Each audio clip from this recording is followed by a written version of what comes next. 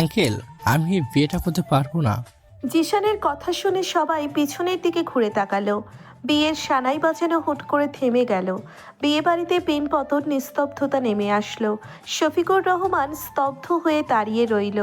কেউ যেন জিশানের কথা বিশ্বাস করতে পারল না।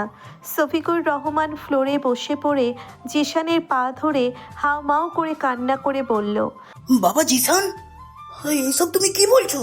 তুমি ইয়ানাকে ভালোবাসো, 5 বছর ধরে তোমাদের রিলেশন, বিয়ের আসরে বসে তুমি এসব কি বলছো? তুমি তুমি একটু মাকে বুঝাও বাবা, বুঝাও। ছাড়েন আঙ্কেল, মা ঠিক বলেছে। এটা গাড়ির ব্যবস্থা করতে পারেন না, সেখানে আমি এই বিয়ে কিভাবে করব? আপনারা তো আমাদের স্ট্যাটাসের সাথে যান না। বাবা জিসান, আমি তো তোমাদের সব দাবি মিটিয়েছি। নগদ 15 লক্ষ টাকা দিয়েছি। ওই গাড়িটাও আমি আগামী মাসের ভেতরে ব্যবস্থা করে দিতাম। আমাকে আমাকে আর একটাই মাস সময় দাও বাবা। দয়া করে আজ এমন দিনে বিয়ের আসর থেকে উঠে যেও না বাবা। আপনারা কি ভেবেছেনটা কি? আমরা কি এমনিতেই এসেছি নাকি? আমার ছেলেকে বিয়ে দিব, একটা গাড়ি দিতে পারবেন না? এটা কেমন কথা? আজ গাড়ি দিবেন তবেই বিয়ে হবে, না হলে আমি আমার ছেলেকে নিয়ে এক্ষুনি চলে যাব। বেআইন সাহেব, আমার মেয়েটার দিকে তাকান। ওর জীবনটাই তো শেষ হয়ে যাবে। সমাজের মানুষ কাল থেকে ওকে ছিঁড়ে খাবে। আপনারা এমন অবিচার করবেন না। আমার একটাই মাত্র মেয়ে। ওর দিকে তাকিয়ে অন্তত আজ বিয়েটা হতে দেন। অসম্ভব। জিসান, চল বাবা, এই ভিখারি ছোট লোক মেয়ের সাথে তোর বিয়ে দিব না। এদের স্ট্যাটাস নেই আমাদের সাথে মেশার। শফিকুর রহমান টুকরে কেঁদে উঠলেন। জিশান এক ঝটকায় শফিকুর রহমানের হাত ছাড়িয়ে নিল। ইয়ানা এতক্ষণ পাথরের মতো দাঁড়িয়ে সব দেখছিল। জিশানের এমন রূপ দেখে ইয়ানা রেগে গেল। ইয়ানা ভারী লেহেঙ্গা নিয়ে সামনে এসে শফিকুর রহমানকে ধরে ফ্লোর থেকে তুলে জিশানের দিকে আঙ্গুল তুলে বলল, বাবা, তুমি ওর পা কেন ধরছো? যে ছেলে একটা গাড়ির জন্য 5 বছরের ভালোবাসাকে অপমান করে আমাকে ছেড়ে যেতে পারে, তাকে আমি নিজেই লাথি মেরে বের করে দিচ্ছি। না, মুখ সামনে কথা বল। চুপ, একদম চুপ। তুই আজ আমাকে ছেড়ে যাচ্ছিস না। আমি তোকে লাথি মেরে বের করে দিচ্ছি আমার জীবন থেকে। তোর মতো নিজ মানসিকতার ছেলের সাথে আমি জীবনও সংসার করতে পারতাম না।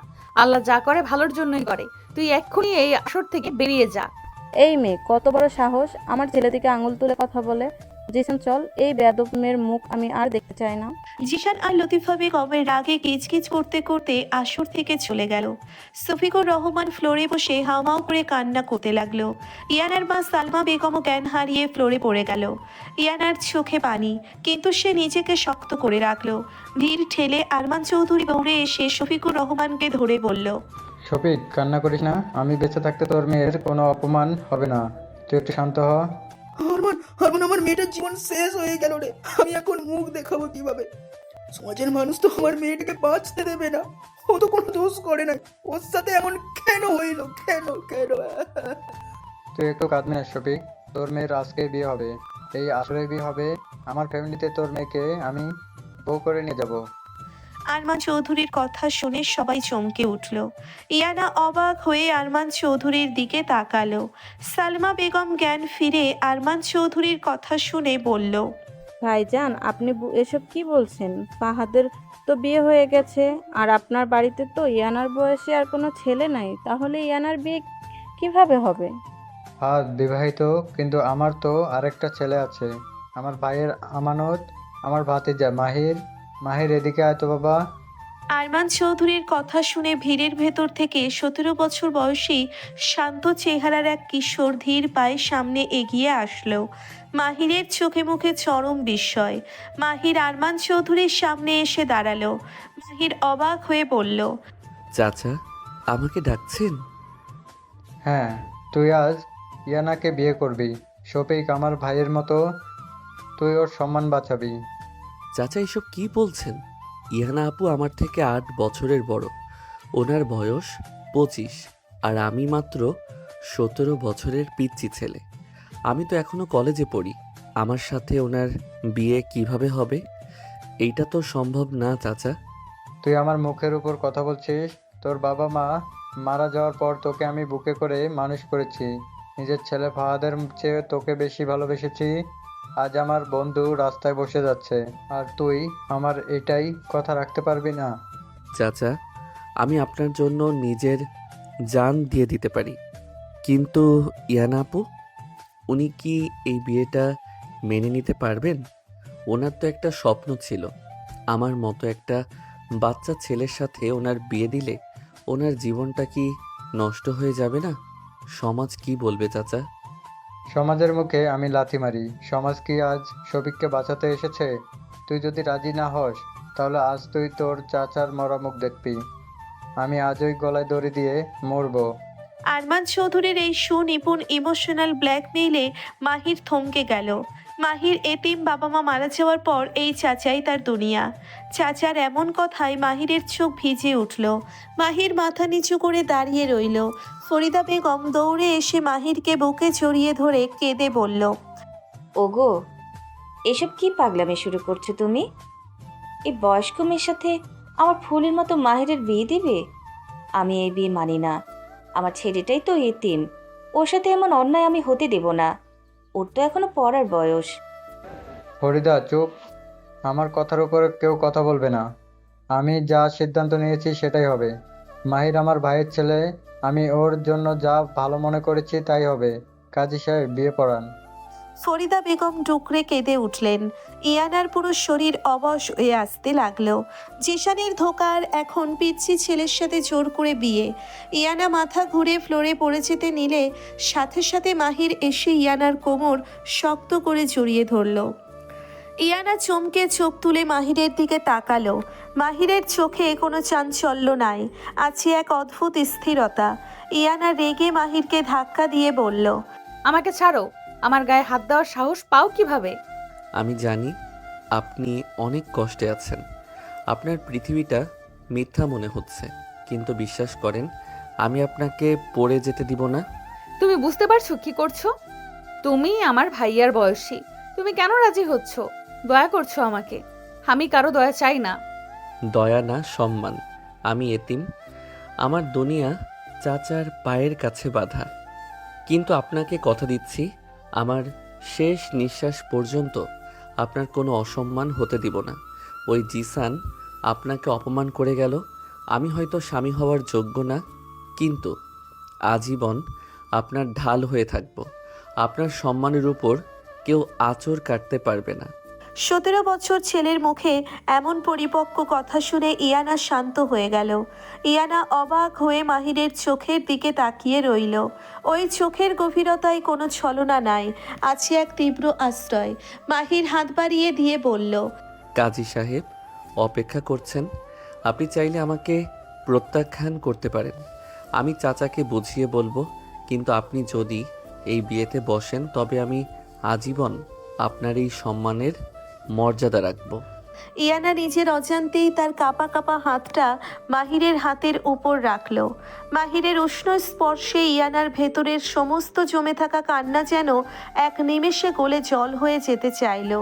শফিকুর রহমান কাছে এসে বলল, মাইয়ানা, মাইয়ানা তুই রাজি তো? বাবা, তুমি যেখানে বলবে আমি সেখানেই রাজি। কাজী সাহেব বিয়ে পড়ানো শুরু করলেন। কবুল শব্দটা বলার সময় ইয়ানার গলা দিয়ে কান্না বেরিয়ে আসলো। মাহির অত্যন্ত শান্ত স্বরে কবুল বলল। বিয়েটা সম্পন্ন হয়ে গেল। বিদায়ের সময় ইয়ানা ওর বাবাকে জড়িয়ে ধরে হাউমাউ করে কান্না করতে লাগলো। বাবা, তুমি আমাকে কার হাতে তুলে দিলে? আমি তোকে কোনোদিন স্বামী হিসেবে মেনে নিতে পারবো না। আমি তোকে ছোট ভাইয়ের মতো দেখেছি। আমি কিভাবে ওর সাথে সংসার করব বাবা? মারে, আল্লাহ যা করেন ভালোর জন্যই করেন। মায়ের ছেলেটাই আসলেই হীরার টুকরা রে। তুই দেখিস ও তোকে অনেক সুখে রাখবে।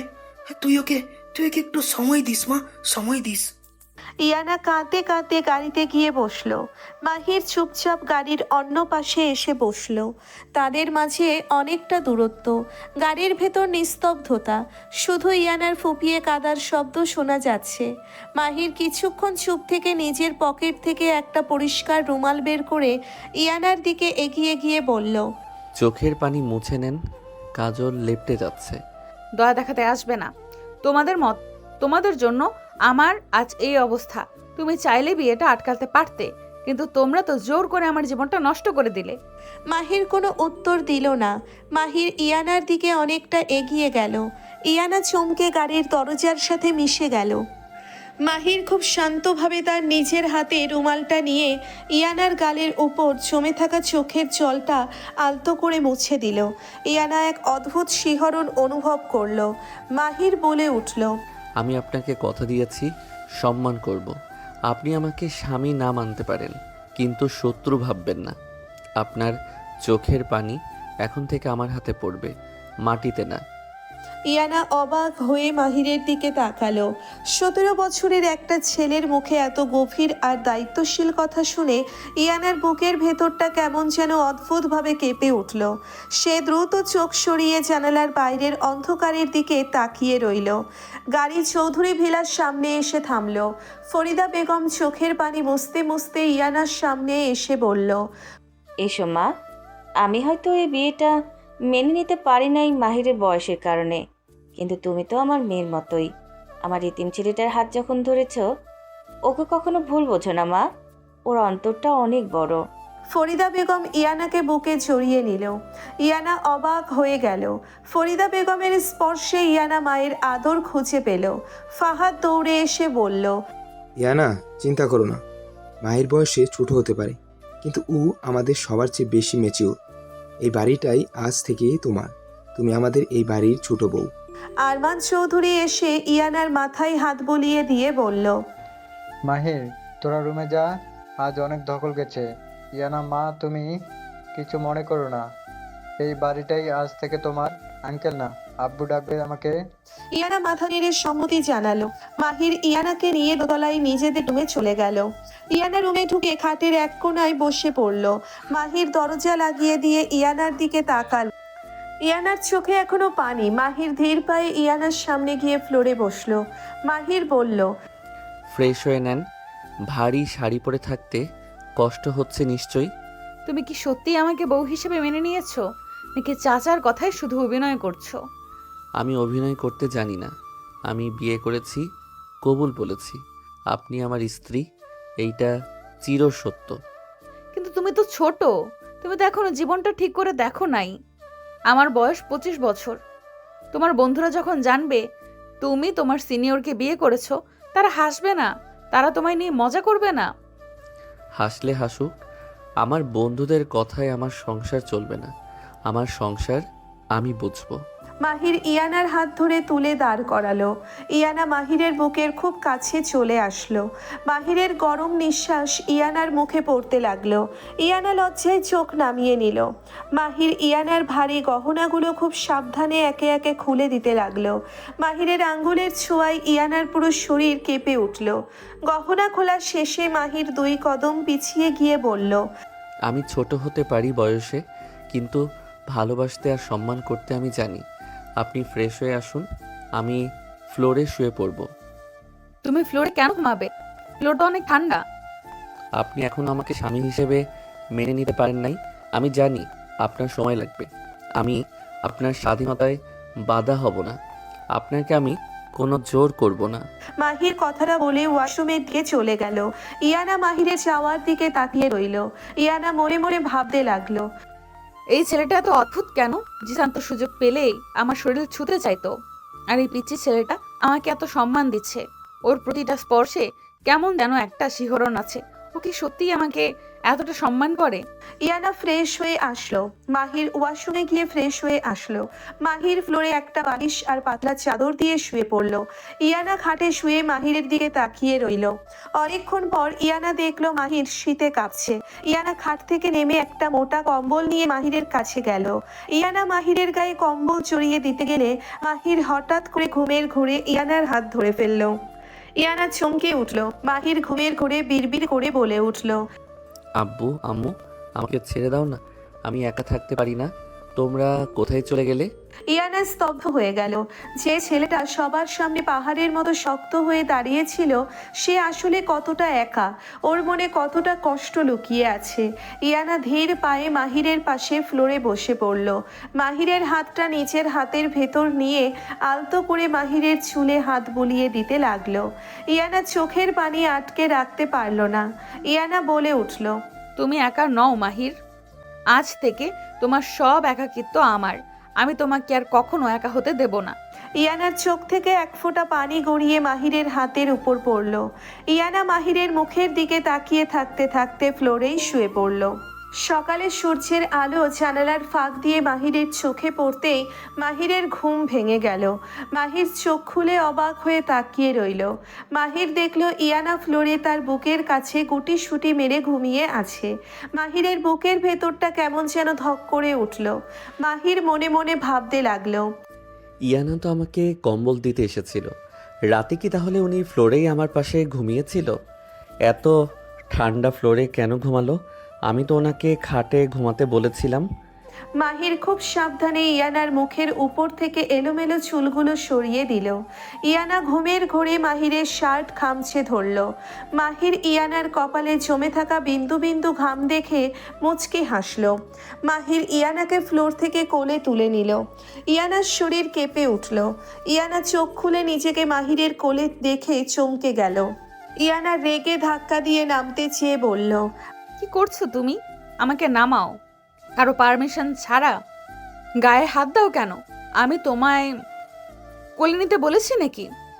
ফ্লোরে শুয়েছিলেন কেন? ঠান্ডা লেগে যাবে তো। খাট কি আমি নিয়ে গিয়েছিলাম নাকি? আমি তোমায় কম্বল দিতে গিয়েছিলাম, তুমি ঘুমের ঘোরে আমার হাত ধরেছিলে। আমি আর হাত ছাড়াতে পারি নাই। তুমি তো বাচ্চা মানুষের মতো ফুপিয়ে কান্না করছিলে। হাত ছাড়ানোর চেষ্টা করলে তুমি আরো শক্ত করে ধরছিলে। ও আচ্ছা, সরি, আমি বুঝতে পারি নাই। আমি আসলে রাতে একা ঘুমাতে পারি না। ছোটবেলা থেকে আব্বু আম্মুর কথা মনে পড়লে ভয় লাগে। মাহির ইয়ানাকে খাটে শুইয়ে দিয়ে মাথা নিচু করে নিল। ইয়ানা মাহিরের মুখের দিকে তাকিয়ে বুকের ভেতরটা কেমন যেন মোচড় দিয়ে উঠল। ইয়ানা আস্তে করে বলল, তুমি কি রাতে কান্না করছিলে মাহির? না তো, আমি কেন কান্না করব? আমি তো বড় হয়ে গেছি। 17 বছর বয়স আমার। আমি আর কান্না করি না। 17 বছর বয়সটা কি খুব বড় বয়স মাহির? তুমি তো এখনো জীবনটা ঠিক করে দেখো নাই। তোমার তো বন্ধুদের সাথে আড্ডা দেওয়ার কথা, পড়াশোনা করার কথা, আর তুমি কিনা 25 বছরের একটা মেয়ের স্বামী হয়ে গেলে। এটা কোনো খেলা না মাহির। বয়স দিয়ে কি জীবন মাপা যায়? আমি ছোট হতে পারি, কিন্তু আমার দায়িত্ববোধ তো ছোট না। আপনি ফ্রেশ হয়ে নেন, আমি নিচে যাচ্ছি। মাহির শোনো, জি বলেন। তুমি কি আমাকে সত্যি সম্মান করো, নাকি চাচার ভয়ে শুধু অভিনয় করছো? আমাকে দয়া করছো তুমি? চাচার কথাই বিয়ে করেছি, কিন্তু সম্মান মন থেকে করছি। বউ, আপনি আমার সম্মান তো আমাকেই করতে হবে। আর আমি অভিনয় করতে জানি না। আমি যা বলি মন থেকে বলি। এখন ফ্রেশ হয়ে নেন, নিচে সবাই অপেক্ষা করছে। মাহির মুচকি হেসে রুম থেকে বেরিয়ে গেল। ইয়ানা অবাক হয়ে মাহিরের যাওয়ার দিকে তাকিয়ে থাকলো। ইয়ানার বুকের ভেতরটা অদ্ভুতভাবে ধকধক করতে লাগলো। ইয়ানা মনে মনে বলল, 17 বছরের একটা ছেলে এতটা রোমান্টিক আর কেয়ারিং কিভাবে হতে পারে? ওর হাসিটা দেখলে মনের সব কষ্ট যেন কোথায় হারিয়ে যায়। জিসান তো 5 বছরও আমাকে এতটা বুঝতে পারে নাই। ও শুধু আমার শরীরটা ছুঁতে চাইতো, আর এই ছেলেটা আমাকে এত সম্মান দিচ্ছে। ইয়ানা ফ্রেশ হয়ে নিচে নামলো। ডাইনিং টেবিলে সবাই বসে আছে। ফরিদা বেগম ইয়ানাকে দেখে হাসি মুখে এগিয়ে এসে বলল, এসো মা, আমি তোমার জন্যই অপেক্ষা করছিলাম। আজ তোমার প্রথম সকাল এই বাড়িতে। মাহির বাবা, তোর বউকে বসতে দে। মাহির চেয়ার টেনে ইয়ানাকে বসতে দিল। ইয়ানা মাথা নিচু করে বসলো। আরমান চৌধুরী চায়ের কাপে চুমুক দিয়ে আর চোখে ইয়ানার দিকে তাকালো। আরমান চৌধুরী মনে মনে ভাবতে লাগলো, মেয়েটা অনেক চালাক। ওকে মাহিরের সাথে বেশি দিন রাখা যাবে না। মাহির 18 বছরে পা দিলেই তো সম্পত্তির অর্ধেক ওর নামে চলে যাবে। তার আগে এই মেয়েটাকে মাহিরের জীবন থেকে সরাতে হবে। ফরিদা তো আবার মেয়েটাকে মেয়ের মতো মেনে নিয়েছে। হাতটাও গাধা। আমাকে কিছু একটাই করতে হবে। আরমান চৌধুরী মুখের ভাব স্বাভাবিক করে হাসি মুখে বলে উঠল, ইয়ানা মা, রাতের ঘুম ভালো হয়েছে তো? মাহির তো ছোট মানুষ, ওর কোনো কথায় কষ্ট পাও নাই তো মা? না আব্বু, ঠিক আছে। মাহির তো আজ কলেজে যাবে। তুমি তো মাস্টার শেষ করেছো। মাহিরের বন্ধুদের সামনে তোমার একটু অস্বস্তি হতে পারে। বয়সের ফারাকটাও তো অনেক। তুমি কিছু মনে করো না মা। সমাজ তো অনেক কথাই বলবে। সবাই তো আর আমাদের মতো এত সহজে মেনে নেবে না। আরমান চৌধুরীর কথায় ইয়ানার বুকের ভেতরটা ধক করে উঠল। বয়সের বিষয়টা আবার সামনে আসায় ইয়ানার মুখটা ফ্যাকাশে হয়ে গেল। মাহির চাচার উদ্দেশ্য বুঝতে না পারলেও ইয়ানার কষ্টটা ঠিক বুঝতে পারল। মাহির বলে উঠল, চাচা, আমি আমার বউকে বন্ধুদের সাথে পরিচয় করাতে লজ্জা পাবো কেন? উনি তো আমার স্ত্রী, আর সমাজের কথায় আমার সংসার চলবে না। সমাজ কি আমাদের খেতে দেয় নাকি? তারা আমার স্ত্রীর দায়িত্ব নিবে? ঠিক বলেছিস মাহির, সমাজ শুধু হাসতে জানে। ইয়ানা, তুমি কোনো চিন্তা করো না। মাহির ওর ক্লাসের ফার্স্ট বয়, ও অনেক বুদ্ধিমান। বয়সের কথা কেউ তুললে আমি ওদের দেখে নিব। তুমি আমাদের বাড়ির ছোট বউ, তোমাকে কেউ কিছু বলার সাহস পাবে না। রুবিনা ইয়ানার প্লেটে পায়েস তুলে দিল। ইয়ানা রুবিনার দিকে তাকিয়ে মুচকি হাসল। ফাহাদ তার রুবিনার আন্তরিকতায় ইয়ানা কিছুটা স্বস্তি পেল। খাওয়া শেষ করে মাহির রুমে চলে গেল রেডি হওয়ার জন্য। ইয়ানাও মাহিরের পেছন পেছন রুমে আসলো। মাহির শার্ট পরতে পরতে বলল, আমার বইগুলো একটু ব্যাগে গুছিয়ে দিবেন, টেবিলের উপর রাখা আছে। তুমি কি নিজে গুছিয়ে নিতে পারো না? আমি কি তোমার কাজের বুয়া নাকি? নিজের কাজ নিজে করতে শেখো। কাজের বুয়া হবেন কেন? আপনি তো আমার বউ। বউরা তো স্বামীদের কাজ করে দেয়। একটু গুছিয়ে দিলে কি এমন হয়ে যাবে? স্বামী? তুমি তো একটা পিচ্চি ছেলে। আমার ভাইয়ের বয়সী তুমি। তোমাকে স্বামী ভাবতে আমার অস্বস্তি হয়। আমার বন্ধুরা শুনলে হাসবে। ইয়ানার কথা শুনে মাহিরের হাত থেমে গেল। মাহিরের চোখে একটা নীরব কষ্ট ফুটে উঠল, কিন্তু মাহির সেটা লুকিয়ে মুচকি হেসে বলল, আচ্ছা ঠিক আছে, পিচ্চি ছেলেই তো। পিচ্চি ছেলের কাজটা একটু করে দেন না। আমি তো কলেজে লেট হয়ে যাচ্ছি। ইয়ানা মাহিরের হাসি দেখে আর কিছু বলতে পারল না। ইয়ানা চুপচাপ বইগুলো গুছিয়ে ব্যাগে ভরে দিল।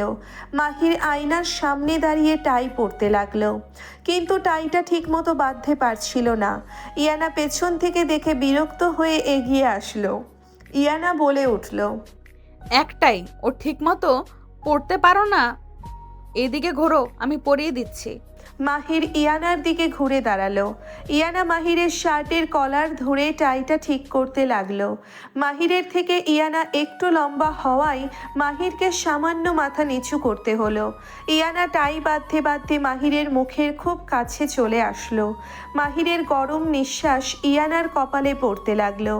ইয়ানা চোখ তুলে মাহিরের দিকে তাকালো। মাহির একদৃষ্টিতে ইয়ানার চোখের দিকে তাকিয়ে আছে। ইয়ানার শরীর কেঁপে উঠল।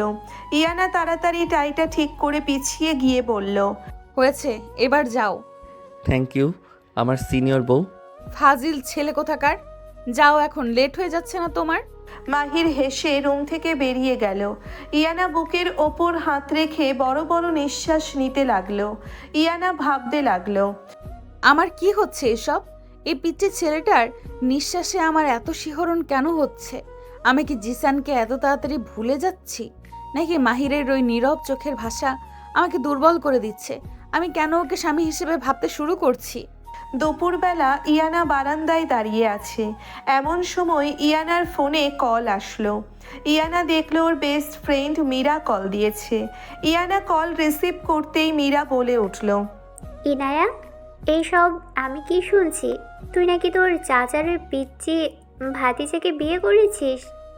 ওই ছেলেটা এখনো কলেজে পড়ে। তোর মাথা কি খারাপ হয়ে গেছে? মীরা, পরিস্থিতি এমন ছিল যে আমাকে বিয়েটা করতে হয়েছে। জিসান তো আমাকে মণ্ডপে একা ফেলে চলে গিয়েছিল। অপমানে বাবা তো সুইসাইড করতে নিয়েছিল। তাই বলে তুই একটা বাচ্চাকে বিয়ে করবি? তুই 25 বছরের ধাড়ি মেয়ে, আর ও 17 বছরের একটা দুধের শিশু। রাতে কি ও তোর কাছে গল্প শুনতে চায় নাকি? মীরার হাসির শব্দে ইয়ানার বুকের ভেতরটা অপমানে চলে উঠল। ইয়ানা রেগে বলে উঠল, মীরা, মুখ সামলে কথা বল। ও আমার স্বামী। স্বামী না বাচ্চা? ভার্সিটিতে সবাই তোকে নিয়ে হাসাহাসি করছে। বলছে ইনায়া নাকি এখন আয়াগিরি করছে। ওই বাচ্চার প্যান্ট তুই ধুয়ে দিস নাকি রে? তোকে সবাই আন্টি বলে ডাকবে এখন। ইয়ানা আর সহ্য করতে পারল না। ইয়ানা কল কেটে দিয়ে ফ্লোরে বসে হাউমাউ করে কান্না করতে লাগলো। ইয়ানার মনে হতে লাগলো তার জীবনটা সত্যিই একটা জোকস হয়ে গেছে। ঠিক সেই মুহূর্তে মাহির কলেজ থেকে ফিরে রুমে ঢুকলো। মাহির ইয়ানাকে ফ্লোরে বসে কান্না করতে দেখে দৌড়ে এসে ইয়ানার সামনে বসলো। মাহির উদ্বিগ্ন হয়ে বলল, কি হয়েছে ইয়ানা? আপনি কান্না করছেন কেন? কেউ কি আপনাকে কিছু বলেছে? আমাকে ছুবে না তুমি, সব তোমার জন্য হচ্ছে।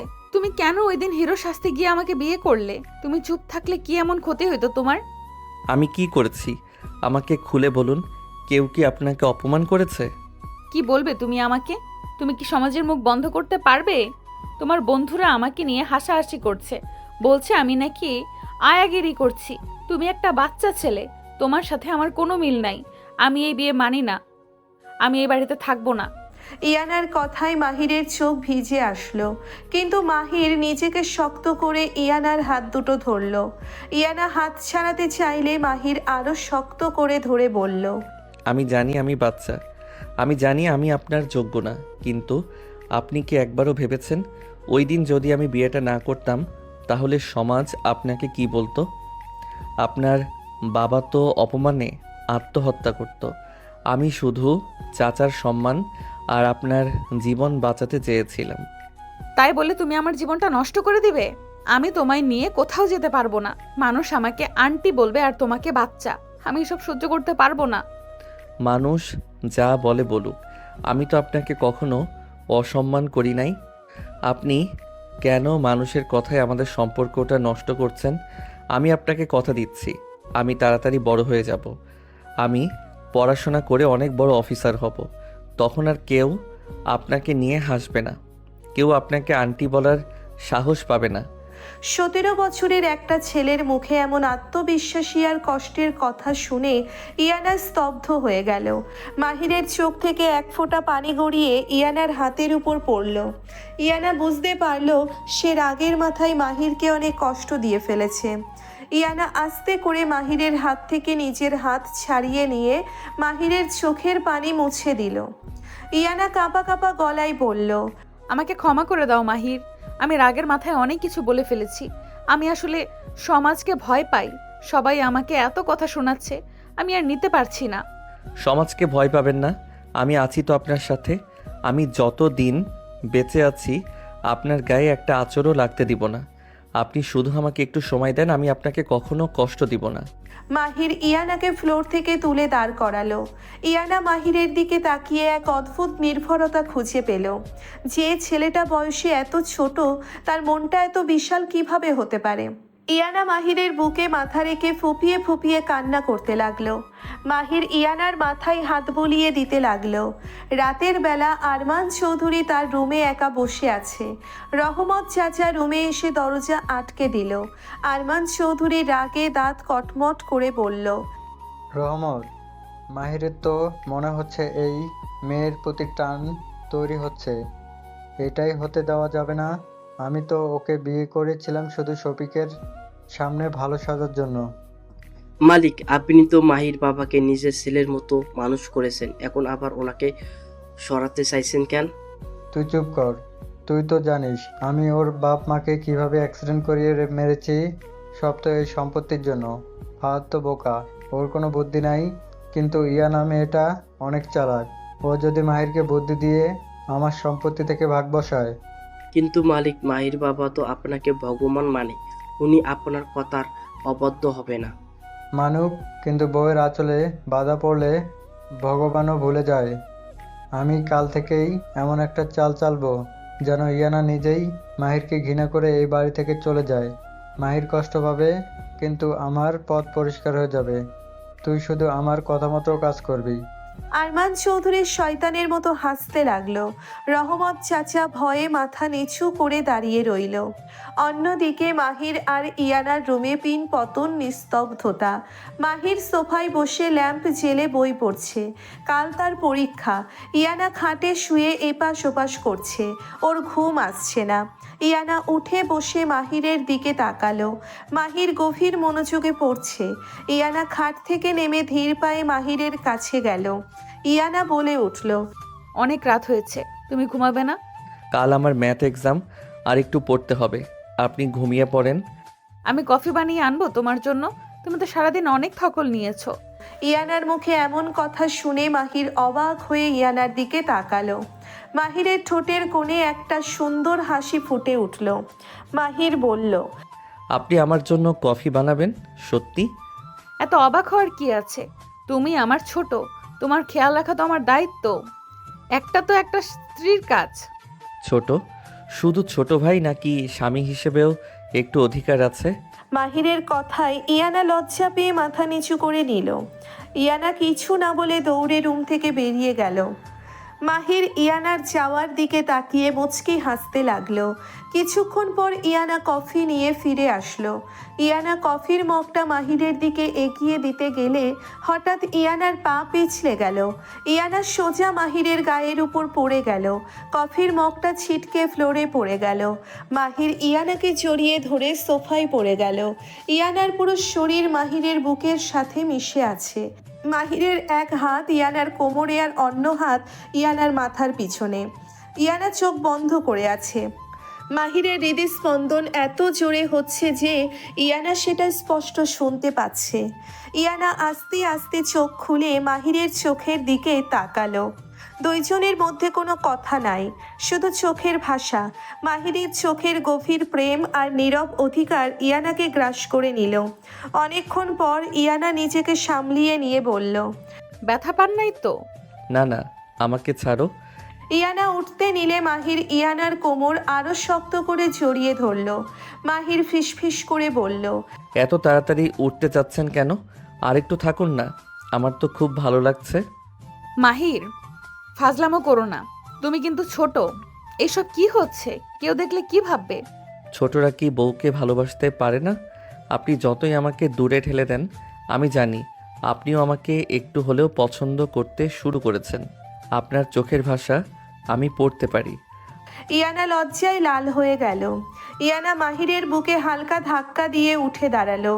ইয়ানা তুতলে তুতলে বলল, তুমি পড়াশোনা করো, আমি ঘুমাবো। আর আজে বাজে কথা বলবে না। ইয়ানা দৌড়ে গিয়ে খাটে শুয়ে কম্বল মুড়ি দিয়ে দিল। মাহির সোফায় বসে হাসতে লাগলো। ইয়ানা কম্বলের ভেতর থেকে মুখ বের করে মাহিরের হাসি দেখতে লাগলো। ইয়ানা মনে মনে ভাবতে লাগলো, ছেলেটা সত্যিই আমাকে পাগল করে দিবে।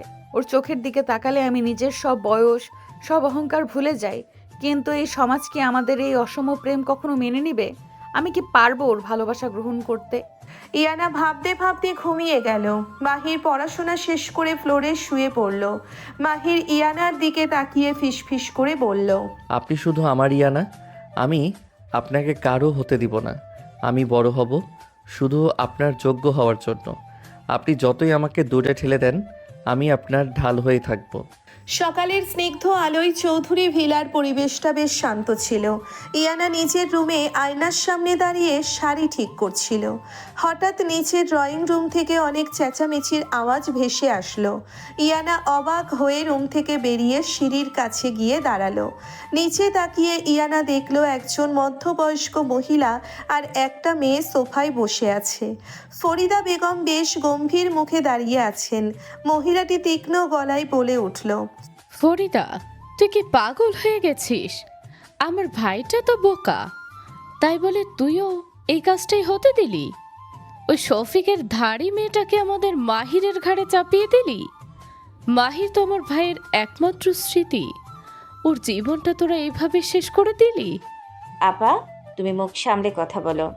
ইয়ানা আমার বড় বউ, আর এই বিয়েটা তো আরমান নিজেই দাঁড়িয়ে থেকে দিয়েছে। শফিক ভাইয়ের মেয়েটা অনেক ভালো, তুমি শুধু শুধু ওকে নিয়ে আজে বাজে কথা বলবে না। ভালো? ওই মেয়ে যদি এতই ভালো হতো তাহলে বিয়ের আসর থেকে জিসান ওকে ফেলে রেখে চলে যায়। নিশ্চয়ই ওই মেয়ের চরিত্রে কোনো দোষ ছিল। আর তাছাড়া ওর বয়স তো 25 বছর। আমাদের মাহিরটা মাত্র 17 বছরের একটা দুধের বাচ্চা। রাতে কি মাহির ওই আন্টির কোলে মাথা দিয়ে ঘুমাবে নাকি? সাবেরা খাতুনের কথা শুনে নীলা হো হো করে হেসে উঠল।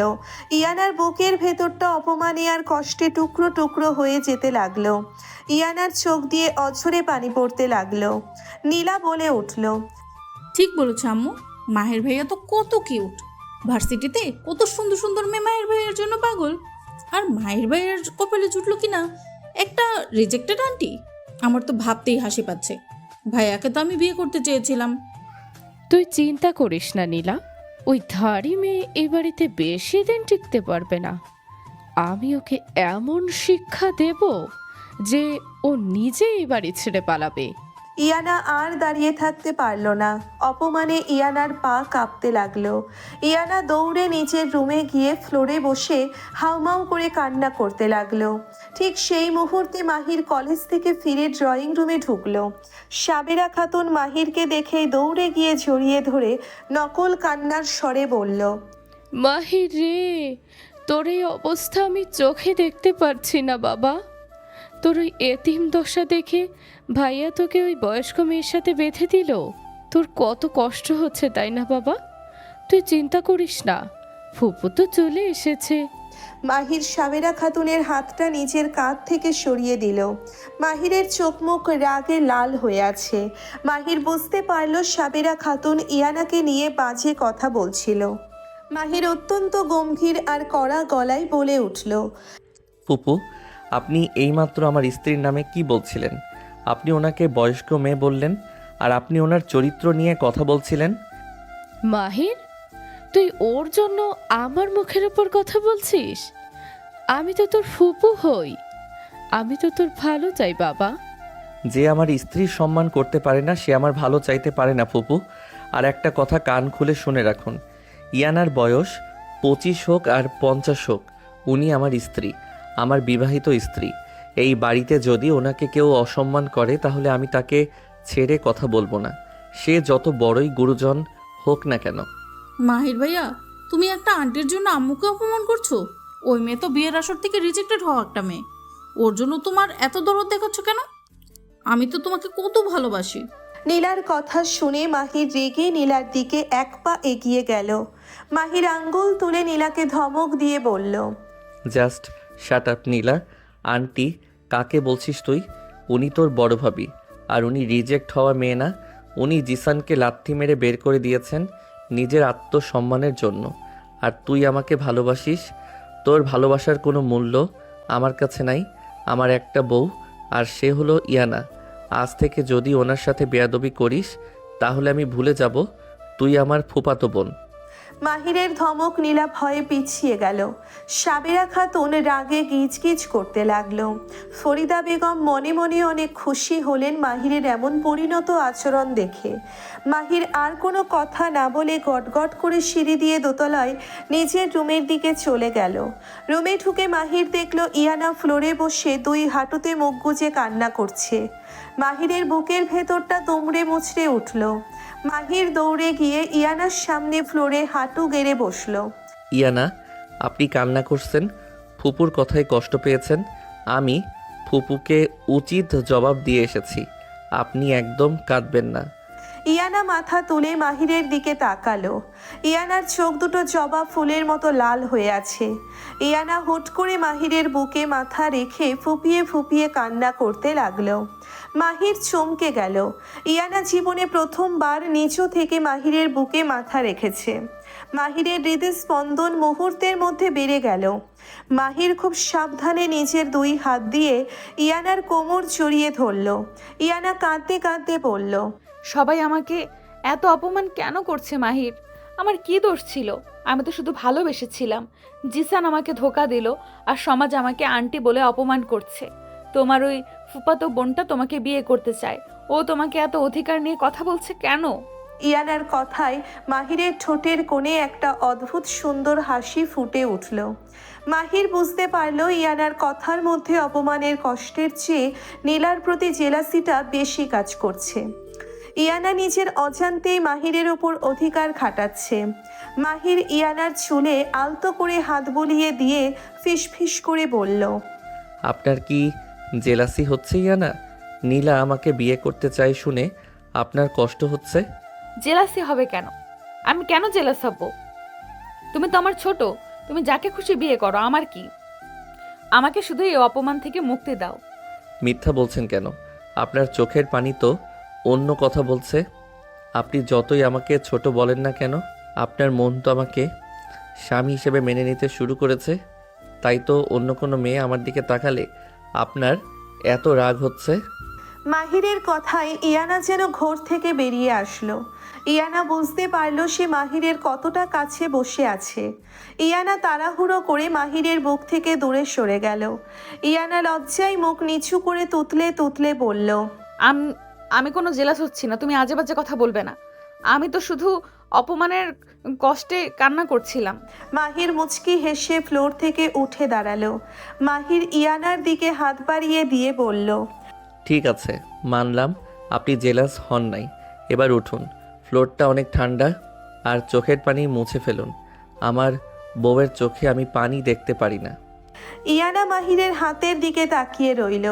ইয়ানা আস্তে করে নিচের হাতটা মাহিরের হাতের ওপর রাখলো। মাহির টান দিয়ে ইয়ানাকে ফ্লোর থেকে তুলে দাঁড় করালো, কিন্তু মাহিরের টানের চোটটা একটু বেশি হওয়ায় ইয়ানা সোজা গিয়ে মাহিরের বুকের সাথে ধাক্কা খেলো।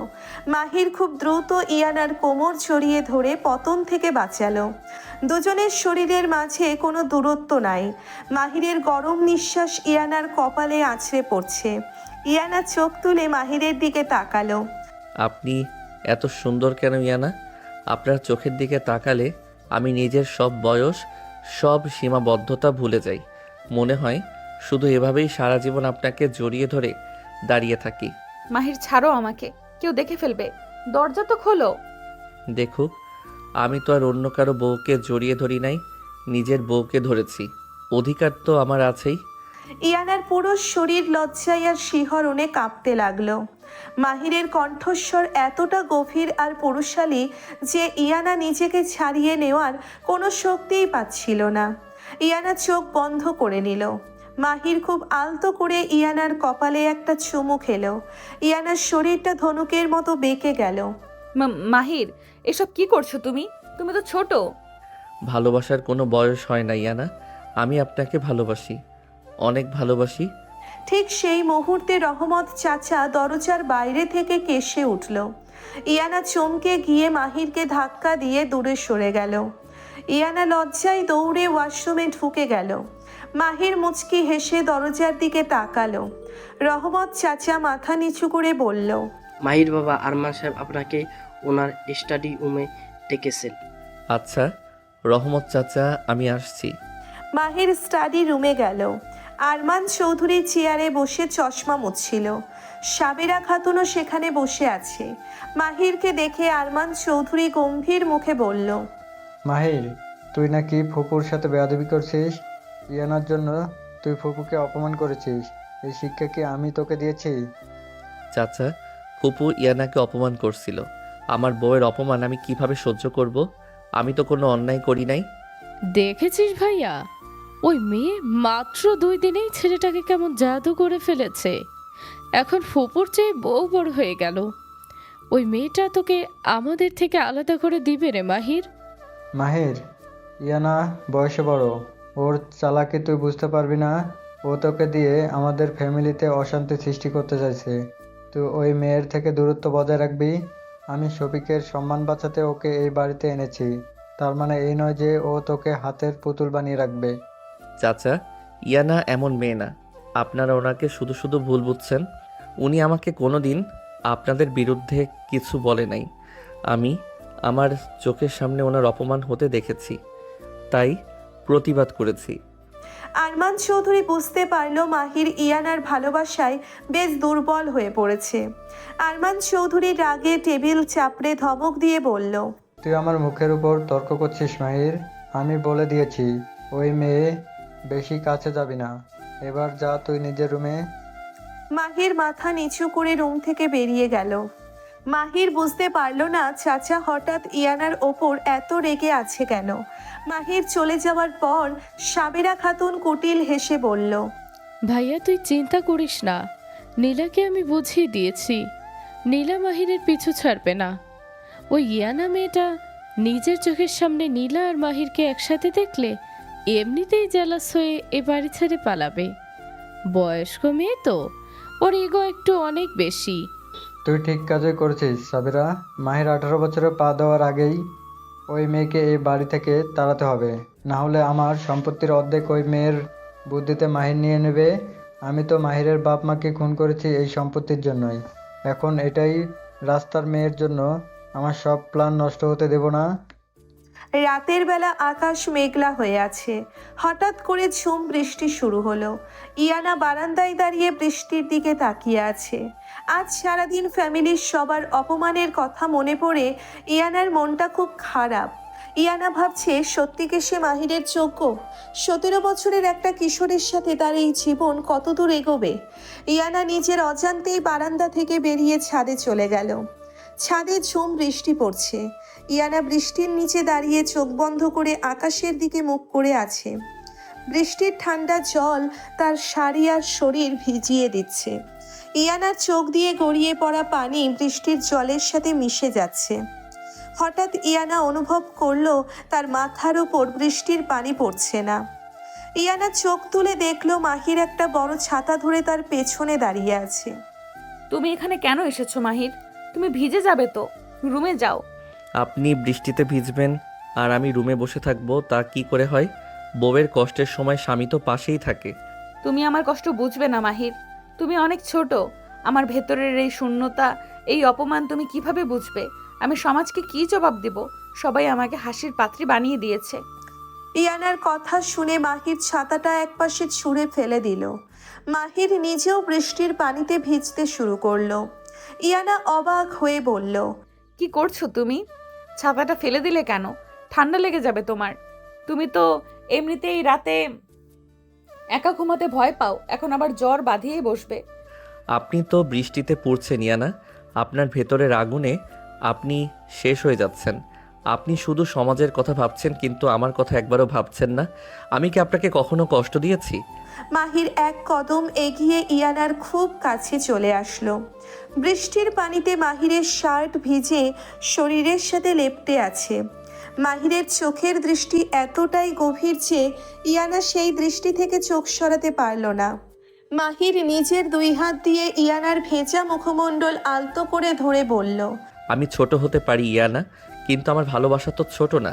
আপনি কেন বুঝতে চাইছেন না আপনি আমার কাছে কতটা স্পেশাল? জিসান আপনাকে সম্মান দিতে পারে নাই, কিন্তু আমি তো আপনাকে দেবী করে রেখেছি।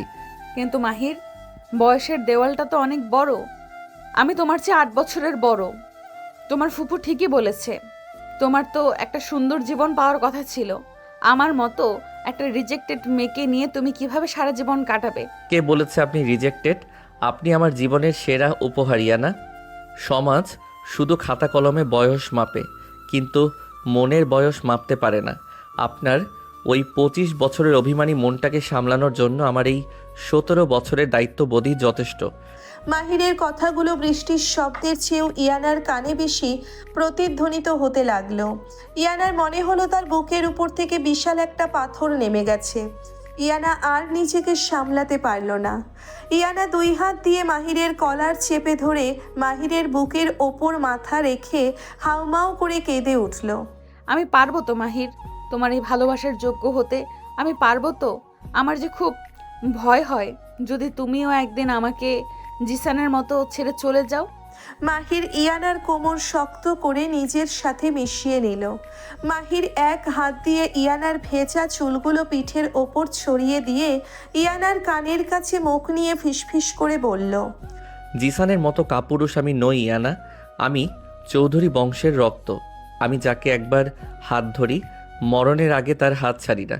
আপনি শুধু একবার আমাকে স্বামী হিসেবে মেনে নিন, আমি সমাজের সব হাসি আপনার পায়ের কাছে এনে ফেলবো। ইয়ানা মাহিরের বুকে মুখ ঘষে সম্মতি জানালো। ইয়ানার শরীরের কাঁপুনি বৃষ্টির ঠান্ডার জন্যে নাকি মাহিরের স্পর্শের জন্য, তা ইয়ানা নিজেও বুঝতে পারল না। মাহির ইয়ানার মুখটা নিজের বুকের ওপর থেকে তুলে ইয়ানার চোখের দিকে তাকালো। বৃষ্টির পানিতে দুজনের মুখ ভিজে আছে। মাহির খুব ধীরে ধীরে ইয়ানার কপালের ওপর পড়ে থাকা ভেজা চুলগুলো সরিয়ে দিয়ে ইয়ানার কপালের চোখে ভেজা চুলগুলো সরিয়ে দিয়ে ইয়ানার কপালে, চোখে আর গালে আলতো করে চুমু দিতে লাগলো। ইয়ানা চোখ বন্ধ করে মাহিরের এই পবিত্র স্পর্শগুলো গ্রহণ করতে লাগলো। ইয়ানার মনে হলো সে যেন নতুন করে জন্ম নিয়েছে।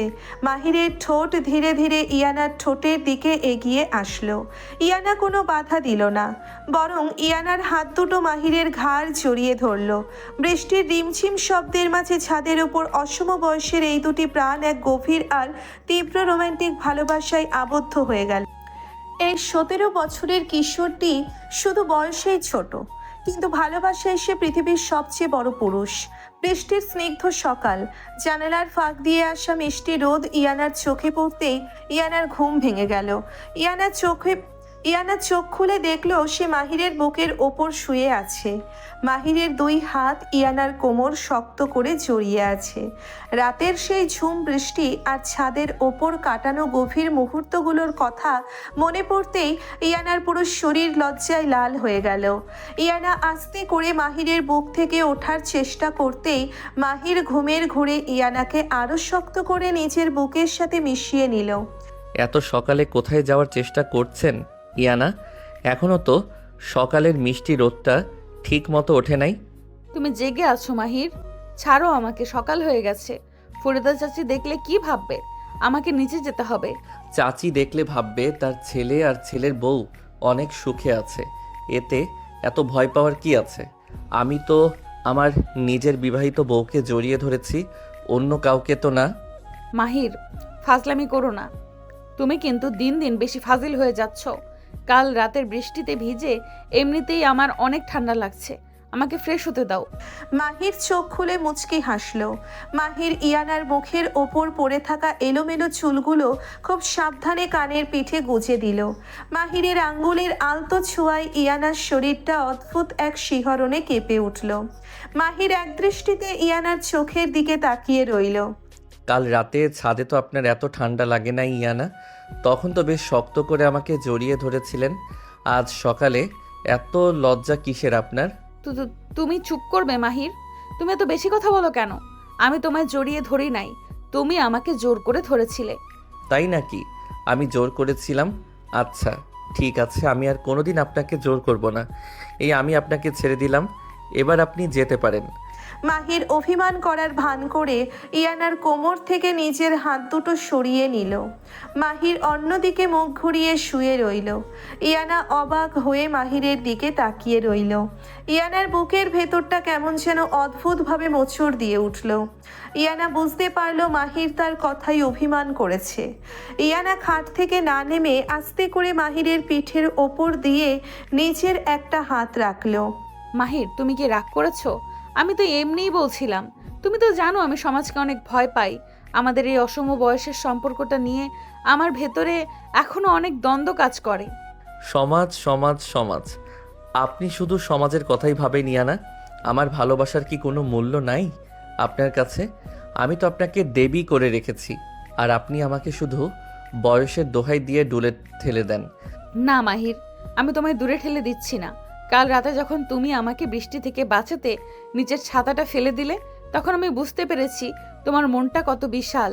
তুমি 17 বছরের একটা ছেলে হতে পারো, কিন্তু তুমি আমার জীবনের সবচেয়ে বড় আশ্রয়। ইয়ানার কথা শুনে মাহির ধরপড় করে ইয়ানার দিকে ঘুরে বসলো। মাহিরের চোখে অদ্ভুত এক খুশির ঝিলিক। মাহির দুই হাত দিয়ে ইয়ানার মুখমণ্ডল আলতো করে ধরে ইয়ানার চোখের দিকে তাকালো।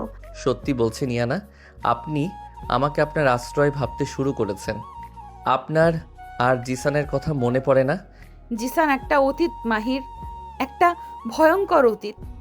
যে অতীত আমাকে শুধু অপমান আর কষ্ট দিয়েছে। আর তুমি হলে আমার বর্তমান, যে আমাকে সম্মান আর ভালোবাসা দিয়ে নতুন করে বাঁচতে শিখিয়েছে। মাহিরের চোখ দুটো আনন্দে ভিজে উঠল। মাহির কোনো কথা না বলে ইয়ানাকে শক্ত করে নিজের বুকের সাথে জড়িয়ে ধরল। ইয়ানা চোখ বন্ধ করে মাহিরের এই পবিত্র স্পর্শ গ্রহণ করতে লাগলো। মাহির ইয়ানার কপালে একটা দীর্ঘ চুমু দিয়ে ফিসফিস করে বলল, আমি আপনাকে কথা দিচ্ছি ইয়ানা, আমি আপনার এই বিশ্বাসের অমর্যাদা কখনো করব না। পৃথিবীর সব ঝড় আমি নিজের বুকে পেতে নিব, কিন্তু আপনার গায়ে একটা আঁচড়ও লাগতে দিব না। দুপুরবেলা আরমান চৌধুরী তার স্টাডি রুমে একা বসে আছে। রহমত চাচা দরজার বাইরে পাহারা দিচ্ছে। আরমান চৌধুরীর সামনে জিশান বসে আছে। জিশানের চোখে মুখে লোভের ছাপ স্পষ্ট। আরমান চৌধুরী পকেট থেকে একটা মোটা টাকার বান্ডিল বের করে টেবিলের ওপর রাখলো। জিসান, তুই তো ইয়ানাকে বিয়ে করিস নাই, শুধু একটাই গাড়ির লোভে। আজ আমি তোকে তার চেয়েও বেশি, অনেক বেশি টাকা দেব। তুই শুধু আমার একটাই কাজ করে দিবি। আপনি শুধু হুকুম করেন চৌধুরী সাহেব, টাকার জন্য আমি সব করতে পারি। আপনি কি চান আমাকে খুলে বলেন। আমি চাই তুই ইয়ানাকে মাহিরের জীবন থেকে সরিয়ে দে। তুই প্রমাণ করবি যে ইয়ানা এখনো তোর সাথে গোপনে সম্পর্ক রেখেছে। ইয়ানা চরিত্রহীন, এটাই তোকে প্রমাণ করতে হবে সবার সামনে। কিন্তু চৌধুরী সাহেব, ইয়ানা তো আমাকে ঘৃণা করে। ও তো আমার সাথে কোনো যোগাযোগই রাখে নাই। আমি কিভাবে প্রমাণ করব? আমি সব ব্যবস্থা করে রেখেছি। এই নে ইয়ানার নামে একটা ফেক সিম আর ফেক চ্যাটিংয়ের স্ক্রিনশট। আমি ইয়ানার ফোন থেকে তোর নাম্বারে কিছু কল লিস্ট তৈরি করে ফেলেছি। তুই আজ সন্ধ্যায় আমাদের বাড়িতে আসবি, আর বাকিটা কিভাবে কি করতে হবে তুই তো জানিসই। একদম পারফেক্ট চৌধুরী সাহেব। আমি এমন নাটক করব যে আপনার ওই এতিম ভাতিজা ইয়ানাকে লাথি মেরে বাড়ি থেকে বের করে দিবে। আপনি টাকাটা রেডি রাখেন। আরমান চৌধুরী শয়তানের মতো কুটিল হাসতে লাগলো। আরমান চৌধুরী মনে মনে ভাবতে লাগলো, এইবার ইয়ানা মাহিরের জীবন থেকে চিরতরে বিদায় নিবে, আর মাহিরের পুরো সম্পত্তি তার নিজের হয়ে যাবে। সন্ধ্যাবেলা চৌধুরী ভিলার ড্রয়িং রুমে সবাই বসে চা খাচ্ছে। ইয়ানা আজ নিজের হাতে সবার জন্য নাস্তা বানিয়েছে। ফরিদা বেগম ইয়ানার হাতে নাস্তা খেয়ে অনেক প্রশংসা করছেন। মাহির ইয়ানার দিকে তাকিয়ে মুচকি মুচকি হাসছে। নীলা সোফায় বসে রাগে কিচকিচ করছে। নীলা ইয়ানাকে ছোট করার জন্যে বলে উঠল, ইয়ানা ভাবি, আপনি তো অনেক বয়স্ক। আপনি কি শুধু রান্নাই করতে পারেন, নাকি মাহির ভাইয়ের পড়াশোনাও কিছু সাহায্য করেন? মাহির ভাইয়া তো অনেক ব্রিলিয়েন্ট, আর আপনি তো একটা রিজেক্টেড মেয়ে। জাস্ট শাট আপ নীলা, তোকে আমি কালকেই সাবধান করেছিলাম, তুই আবার ওনার সাথে বেয়াদবি করছিস। ইয়ানা মাস্টার্স কমপ্লিট করেছে, আর তুই তো এখনও ইন্টার পাস করতে পারিস নাই। তুই কোন সাহসে ওনার সাথে এইভাবে কথা বলছিস? নীলা, তুই মুখ সামলে কথা বল।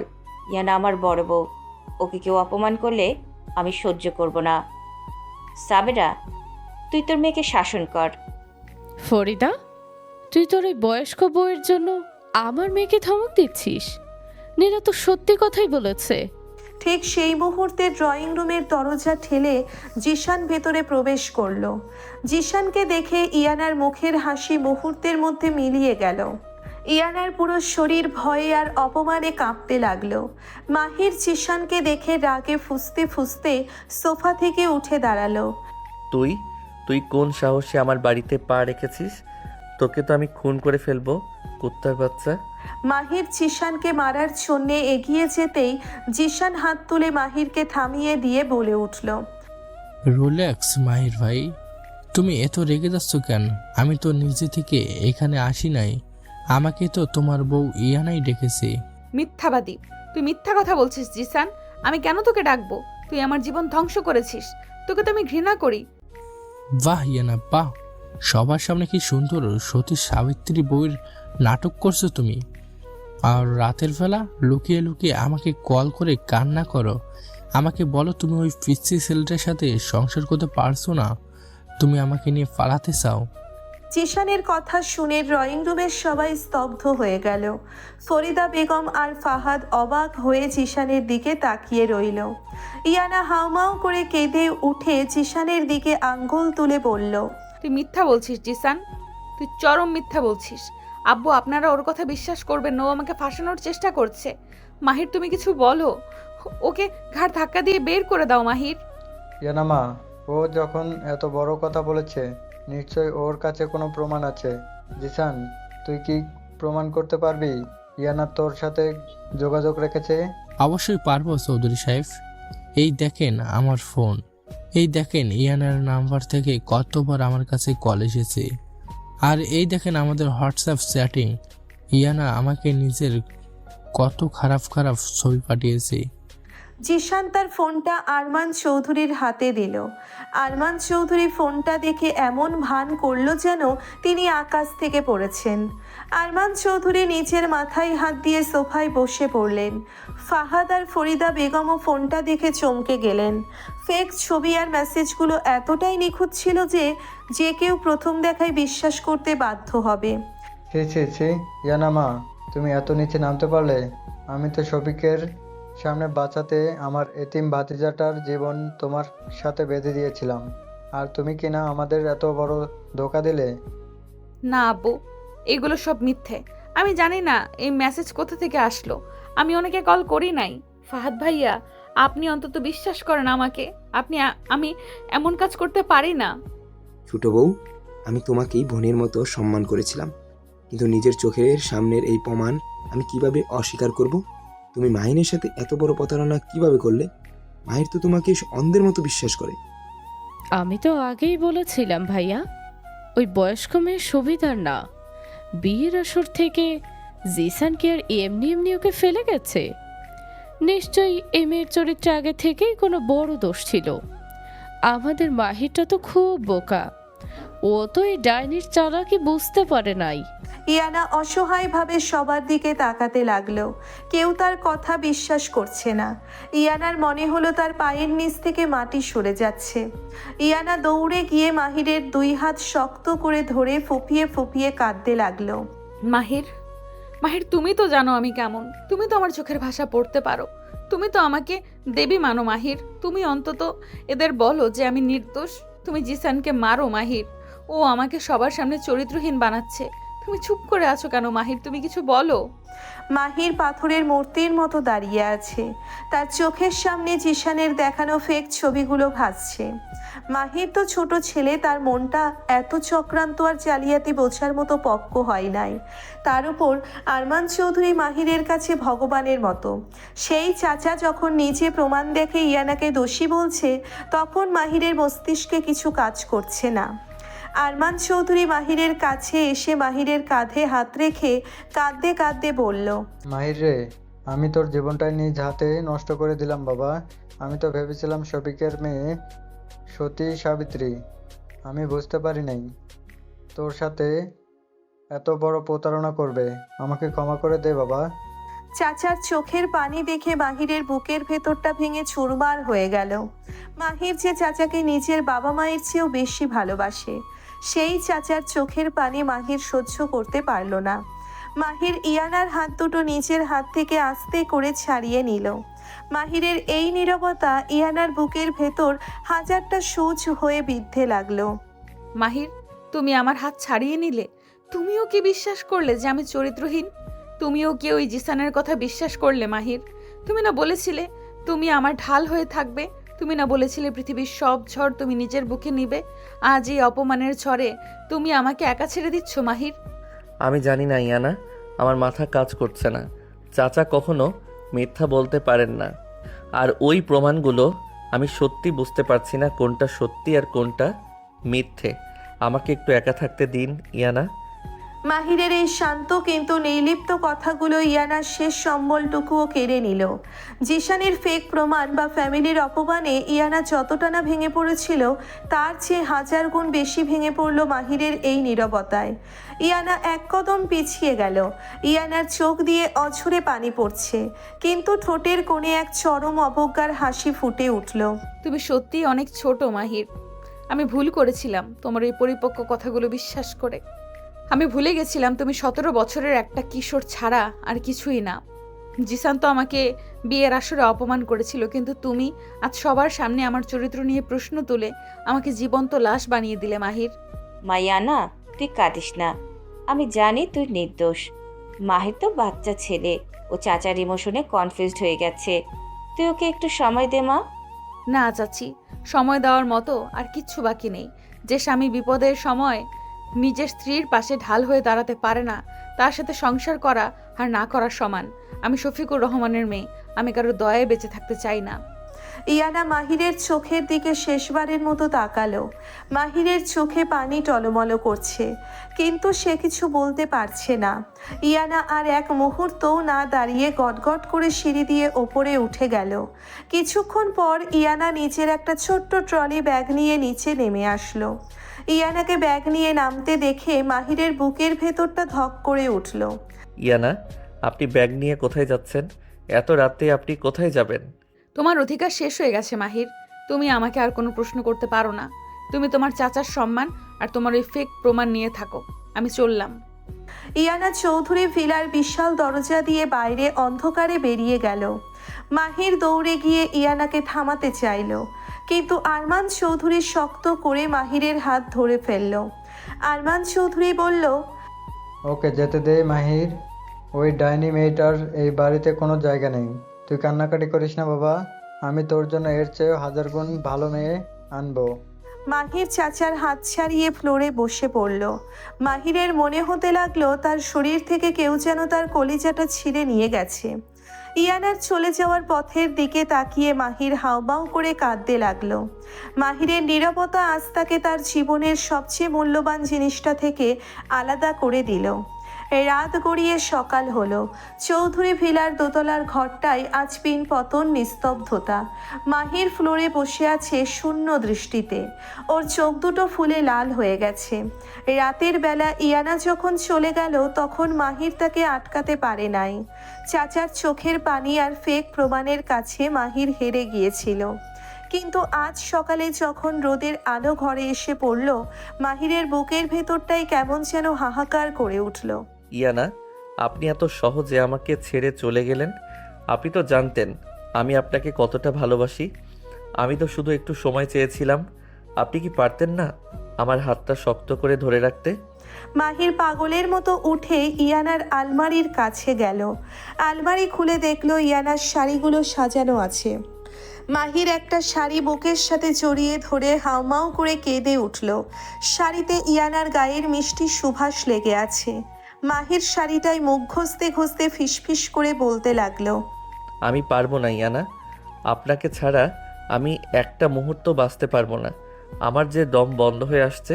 আপনি যতই বয়সের দোহাই দেন, যতই অপমান করেন, আমি শুধু আপনাকেই চাই। আমি আপনাকে ফিরিয়ে আনবই। মাহির শাড়িটা বুকে জড়িয়ে ধরে ফ্লোরে লুটিয়ে পড়ল। এমন সময় দরজা ঠেলে ফরিদা বেগম আর ফাহাদ রুমে ঢুকলো। মাহিরের এই করুণ অবস্থা দেখে ফরিদা বেগম ডুকরে কেঁদে উঠলেন।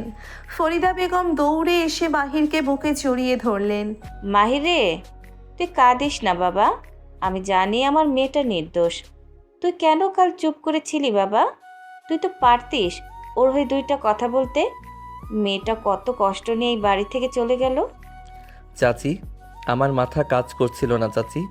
চাচা যখন চোখের পানি ফেলে বলল উনি আমার জীবন নষ্ট করে দিয়েছেন, তখন আমি বুঝতে পারি নাই কি করব। চাচা তো আমাকে ছোটবেলা থেকে বাবার আদর দিয়ে বড় করেছেন। চাচার চোখের পানি আমি কিভাবে সহ্য করব? কিন্তু আমার তো ইয়ানাকেও খুব দরকার চাচি। তুই শান্ত হ মাহির। কাল রাতে পরিস্থিতি এতটাই খারাপ ছিল যে আমরা কেউ কিছু বুঝতে পারি নাই, কিন্তু আমার মন বলছে ছোট বউ এমন কাজ করতে পারে না। ওই জিসান নির্ঘাত কোনো চাল চলেছে। তুই ওঠ, আমরা ইয়ানাকে ফিরিয়ে আনবো। না ভাইয়া, উনি এখন অনেক রেগে আছেন। আমি নিজে গিয়ে ওনার রাগ ভাঙাবো। আমি ওনার সম্মান ফিরিয়ে দিয়ে তবেই ওনাকে এই বাড়িতে আনবো। মাহির চোখ মুছে উঠে দাঁড়ালো। মাহিরের চোখের দৃষ্টিতে এক অদ্ভুত জেদ আর দৃঢ়তা ফুটে উঠল। সন্ধ্যাবেলা শফিকুর রহমানের বাড়ি। ইয়ানা নিজের ঘরের ব্যালকনিতে দাঁড়িয়ে আছে। ইয়ানার চোখ দুটো ফুলে আছে কান্নার কারণে। ইয়ানার মনে শুধু একটাই কষ্ট, মাহির কেন কাল ওর হাতটা ছেড়ে দিল। বয়সের ফারাক থাকলেও মাহির তো তাকে সম্মান করত, ভালোবাসত। তাহলে কেন বিপদের সময় মাহির ওর পাশে দাঁড়ালো না? তুমি সত্যিই একটা পিচ্চি ছেলে মাহির। তুমি বুঝতেই পারলে না তোমার চাচার সাজানো প্রমাণ আর তোমার স্ত্রীর সম্মানের মধ্যে কোনটা সত্যি। আমি তোমাকে এতটা ভরসা করেছিলাম, আর তুমি আমাকে সবার সামনে চরিত্রহীন হতে দিলে। আমি তোমাকে জীবনেও ক্ষমা করব না মাহির, জীবনেও না। ইয়ানা কাঁদতে কাঁদতে কথাগুলো বলছিল। হঠাৎ পেছন থেকে কেউ ইয়ানার মুখ চেপে ধরল। ইয়ানা চমকে উঠে চিৎকার করতে যাবে, তার আগেই মানুষটা ইয়ানাকে টেনে ব্যালকনির দেওয়ালের সাথে চেপে ধরল। ইয়ানা ভয়ে চোখ বড় বড় করে তাকালো। আবছা অন্ধকারে ইয়ানা দেখলো মাহির দাঁড়িয়ে আছে। মাহিরের চোখে এক অদ্ভুত নেশা আর যন্ত্রণা। চুপ, একদম চিৎকার করবেন না ইয়ানা, শুধু আমাকে একটু দেখতে দিন। আমার চোখ দুটো আপনাকে দেখার জন্য কাল রাত থেকে তৃষ্ণার্ত হয়ে আছে। ইয়ানার রাগে মাহিরের হাতটা এক ঝটকায় সরিয়ে দিল। ইয়ানা মাহিরের বুকে সজোরে ধাক্কা দিয়ে ধমক দিয়ে বলল, কোন সাহসে তুমি এই বাড়িতে পা রেখেছো মাহির? তুমি কি ভেবেছো আমি তোমার হাতের পুতুল? যখন ইচ্ছে অপমান করবে আর যখন ইচ্ছে আদর করতে আসবে। বেরিয়ে যাও আমার ঘর থেকে। আমি যাব না ইয়ানা, আমি আপনাকে ছেড়ে কোথাও যাব না। আপনি আমাকে মেরে ফেলুন, কিন্তু আমাকে তাড়িয়ে দিবেন না। আমি যে আপনাকে ছাড়া নিঃশ্বাস নিতে পারছি না। মাহির হঠাৎ করে ইয়ানার দুই হাত শক্ত করে ধরে ইয়ানাকে নিজের বুকের সাথে মিশিয়ে নিল। ইয়ানা মাহিরের বুকে হাত দিয়ে ছাড়ানোর চেষ্টা করতে লাগলো, কিন্তু মাহিরের গায়ের শক্তির কাছে ইয়ানা হেরে গেল। মাহিরের গরম নিঃশ্বাস ইয়ানার কপালে আছড়ে পড়ছে। ইয়ানা ছটফট করতে করতে বলল, ছাড়ো আমাকে অসভ্য ছেলে। তুমি কাল তো আমার হাত খুব সহজেই ছেড়ে দিয়েছিলে। কাল তো তোমার চাচার চোখের পানি তোমার কাছে বেশি দামি ছিল। আজ কেন এসেছো? যাও, তোমার চাচার কাছে যাও। আমি অসভ্য ইয়ানা, হ্যাঁ আমি অসভ্য, কারণ আমি আমার বিবাহিত বউকে পাগলের মতো ভালোবাসি। কাল আমি কনফিউজড ছিলাম, আমি বুঝতে পারি নাই কোনটা সত্যি, কিন্তু আজ আমি বুঝতে পেরেছি। আমার ইয়ানা কোনো দিন এমন কাজ করতে পারে না। আমাকে ক্ষমা করে দিন ইয়ানা, আমাকে একটা সুযোগ দিন। মাহির এক হাত দিয়ে ইয়ানার কোমর জড়িয়ে ধরে অন্য হাত দিয়ে ইয়ানার গালের ওপর জমে থাকা চোখের পানি মুছে দিতে লাগলো। মাহিরের আঙ্গুলের স্পর্শ এতটাই গভীর আর আকুল ছিল যে ইয়ানার বুকের ভেতরের সব অভিমান যেন মুহূর্তের মধ্যে গলে যেতে চাইল। কিন্তু ইয়ানা নিজেকে শক্ত করলো। ইয়ানা মাহিরের চোখে চোখ রেখে কঠিন গলায় বলল, সুযোগ? কিসের সুযোগ মাহির? একটা মেয়ে যখন সবার সামনে চরিত্রহীন অপবাদ পায়, তখন তার বেঁচে থাকার আর কোনো ইচ্ছে থাকে না। তুমি আমাকে ভালোবাসো। কিসের ভালোবাসা তোমার? যে ভালোবাসা বিপদে ঢাল হতে পারে না, সে ভালোবাসা আমার দরকার নেই। তুমি আমাকে ছেড়ে দাও মাহির। আমি ছাড়ব না ইয়ানা, যতক্ষণ না আপনি আমাকে ক্ষমা করছেন। আমি এইভাবেই আপনাকে ধরে রাখবো। আমি আপনার সব অপমান মুছে দিব। আমি কথা দিচ্ছি, জিসানকে আমি কুকুরের মতো টেনে আপনার পায়ের কাছে ফেলে সত্যিটা কবুল করাবো। শুধু আমাকে একটাবার বুকে টেনে নিন ইয়ানা। মাহির ইয়ানার ঘাড়ের কাছে মুখ গুজে ফুপিয়ে ফুপিয়ে কেঁদে উঠল। 17 বছরের একটা কিশোরের এত তীব্র ভালোবাসা আর যন্ত্রণা দেখে ইয়ানার শরীর কেঁপে উঠল। ইয়ানা নিজের হাত দুটো আস্তে করে মাহিরের পিঠের ওপর রাখল। ইয়ানা মাহিরের চুলে আঙ্গুল ডুবিয়ে দিয়ে শান্ত কিন্তু ভারী গলায় বলল, প্রমাণ করো মাহির, তুমি প্রমাণ করো যে আমি নির্দোষ। তুমি প্রমাণ করো যে তুমি শুধু একটা বাচ্চা ছেলে নও, তুমি আমার স্বামী। যেদিন তুমি আমার সম্মান সবার সামনে ফিরিয়ে দিতে পারবে, সেদিন আমি নিজে তোমার হাত ধরবো। তার আগে তুমি আমাকে আর স্পর্শ করবে না। মাহির ইয়ানার কথা শুনে মাথা তুলে ইয়ানার চোখের দিকে তাকালো। মাহিরের চোখে এখন আর কোনো দুর্বলতা নাই, আছে একটা আগুনের স্ফুলিঙ্গ। মাহির ইয়ানার কপালে একটা পবিত্র চুমু খেলো। আমি কথা দিলাম ইয়ানা, আমি আপনার সম্মান ফিরিয়ে আনবো। খুব তাড়াতাড়ি আসবো আমি। মাহির ব্যালকনি দিয়ে যেভাবে এসেছিল সেভাবেই অন্ধকারে হারিয়ে গেল। ইয়ানা ব্যালকনির গ্রিল ধরে ফুপিয়ে কেঁদে উঠল। ইয়ানার মনে হতে লাগলো সে যেন মাহিরের এই উষ্ণ স্পর্শটা এখনই মিস করতে শুরু করেছে। রাত 12টা, চৌধুরী ভিলা। মাহির চুপি চুপি নিজের ঘরে ফিরে আসছিল। হঠাৎ সে দেখলো আরমান চৌধুরীর স্টাডি রুমের দরজা একটু খোলা, ভেতর থেকে আলোর রেখা বাইরে আসছে। মাহির ভাবলো চাচা হয়তো এখনো জেগে আছেন। মাহির চাচার সাথে দেখা করার জন্য পা বাড়ালো, কিন্তু দরজার কাছে গিয়ে আরমান চৌধুরীর কথা শুনে মাহিরের পায়ের তলায় মাটি যেন কেঁপে উঠল। হাহা, রহমত, তুই দেখেছিস জিসান কিভাবে নিখুঁত নাটকটাই করলো? ওই এতিম মাহির তো ঘাড় ধাক্কা দিয়ে বের করে দিল ইয়ানাকে। আমি শুধু 2 ফোঁটা চোখের পানি ফেলেছি আর গাধাটা সব বিশ্বাস করে নিল। মালিক, আপনি তো অনেক বড় চাল চাললেন, কিন্তু মাহির বাবা যদি কোনোদিন সত্যি জানিয়ে যায়? কিছু জানবে না, ওই মাহির তো আমাকে ভগবান মানে। আর বাপ মাকে আমি নিজের হাতে গাড়ির ব্রেক ফেল করিয়ে খুন করেছি, সেটাও তো ও জানে না। আমার ভাইয়ের কত বড় সম্পত্তি, ওই সম্পত্তি আমি একা ভোগ করবো বলে আমার নিজের ভাই আর ভাবিকে মেরে ফেললাম। আর এই ইয়ানা তো সামান্য একটা মেয়ে, ওর কি এমন ক্ষমতা যে আমার সাজানো প্ল্যান নষ্ট করবে? কালই আমি জিসানকে বাকি টাকা দিয়ে দেশ থেকে দূরে পাঠিয়ে দেব। আরমান চৌধুরীর এই ভয়ঙ্কর কথাগুলো শুনে দরজার বাইরে দাঁড়িয়ে থাকা মাহিরের পুরো পৃথিবী যেন থমকে গেল। মাহির হাত দিয়ে নিজের মুখ চেপে ধরল যাতে কোনো চিৎকার বেরিয়ে না আসে। মাহিরের চোখ দিয়ে দরদর করে পানি পড়তে লাগলো। যে চাচাকে সে বাবা মায়ের চেয়েও বেশি ভালোবেসেছে, যে চাচার চোখের পানির জন্য সে নিজের ভালোবাসা ইয়ানাকে ঘর থেকে বের করে দিয়েছে, সেই চাচাই কিনা তার বাবা মায়ের খুনি, সেই চাচাই কিনা ইয়ানার চরিত্রের ওপর অপবাদ দিয়েছে। না, এটা হতে পারে না। আমার চাচা এত বড় শয়তান হতে পারে না। আমার বাবা মাকে চাচা খুন করেছে, আমার ইয়ানাকে চাচা ফাঁসিয়েছে। মাহিরার এক মুহূর্তও সেখানে দাঁড়ালো না। সে পাগলের মতো ছুটে চৌধুরী ভিলা থেকে বেরিয়ে রাস্তায় চলে আসলো। রাতের ফাঁকা রাস্তায় মাহির একটা ল্যাম্পপোস্টের নিচে বসে 2 হাত দিয়ে নিজের মাথা চেপে ধরে হাউমাউ করে কাঁদতে লাগলো। 17 বছরের একটা কিশোরের মাথার উপর যেন আকাশ ভেঙে পড়ল। এত বড় ধোঁকা, এত বড় প্রতারণা। আমি কি করলাম? আমি আমার চাচার উপর অন্ধবিশ্বাস করে আমার ইয়ানাকে কত কষ্ট দিলাম। আমি ইয়ানার চোখের পানি দেখতে পাই নাই, আমি ওই খুনি চাচার চোখের পানি দেখেছিলাম। আমাকে ক্ষমা করবেন ইয়ানা, আমাকে ক্ষমা করবেন। মাহিরের কান্না রাতের নিস্তব্ধতাকে ছিঁড়ে ফেলতে লাগলো, কিন্তু মাহির বেশিক্ষণ ভেঙে পড়ল না। মাহিরের কান্নায় জায়গা নিল এক ভয়ঙ্কর জেদ আর প্রতিশোধের আগুন। মাহির ফোন বের করে তার বেস্ট ফ্রেন্ড সাইমকে কল দিল। সায়েম, তুই এখনই পুলিশের ইন্সপেক্টর তারেক ভাইকে নিয়ে জিসানের গোপন ডেরায় আয়। আমি আসছি। আজ জিসানের শেষ দিন। সায়েম কিছু বলার আগেই মাহির কল কেটে দিল। মাহির একটা সিএনজি নিয়ে সোজা জিশানের ফ্ল্যাটের দিকে রওনা দিল। রাত 2টো। জিশানের ফ্ল্যাট। জিশান টাকা গুনছিল আর মদ খাচ্ছিল। হঠাৎ ফ্ল্যাটের দরজা এক লাথিতে ভেঙে গেল। জিশান চমকে উঠে তাকালো, দেখলো দরজায় মাহির দাঁড়িয়ে আছে। মাহিরের চোখ দুটো আগুনের গোলার মতো জ্বলছে।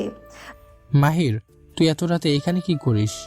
তুই আমাকে মারতে এসেছিস? মাহির কোনো কথা না বলে বাঘের মতো ঝাঁপিয়ে পড়ল জিশানের ওপর।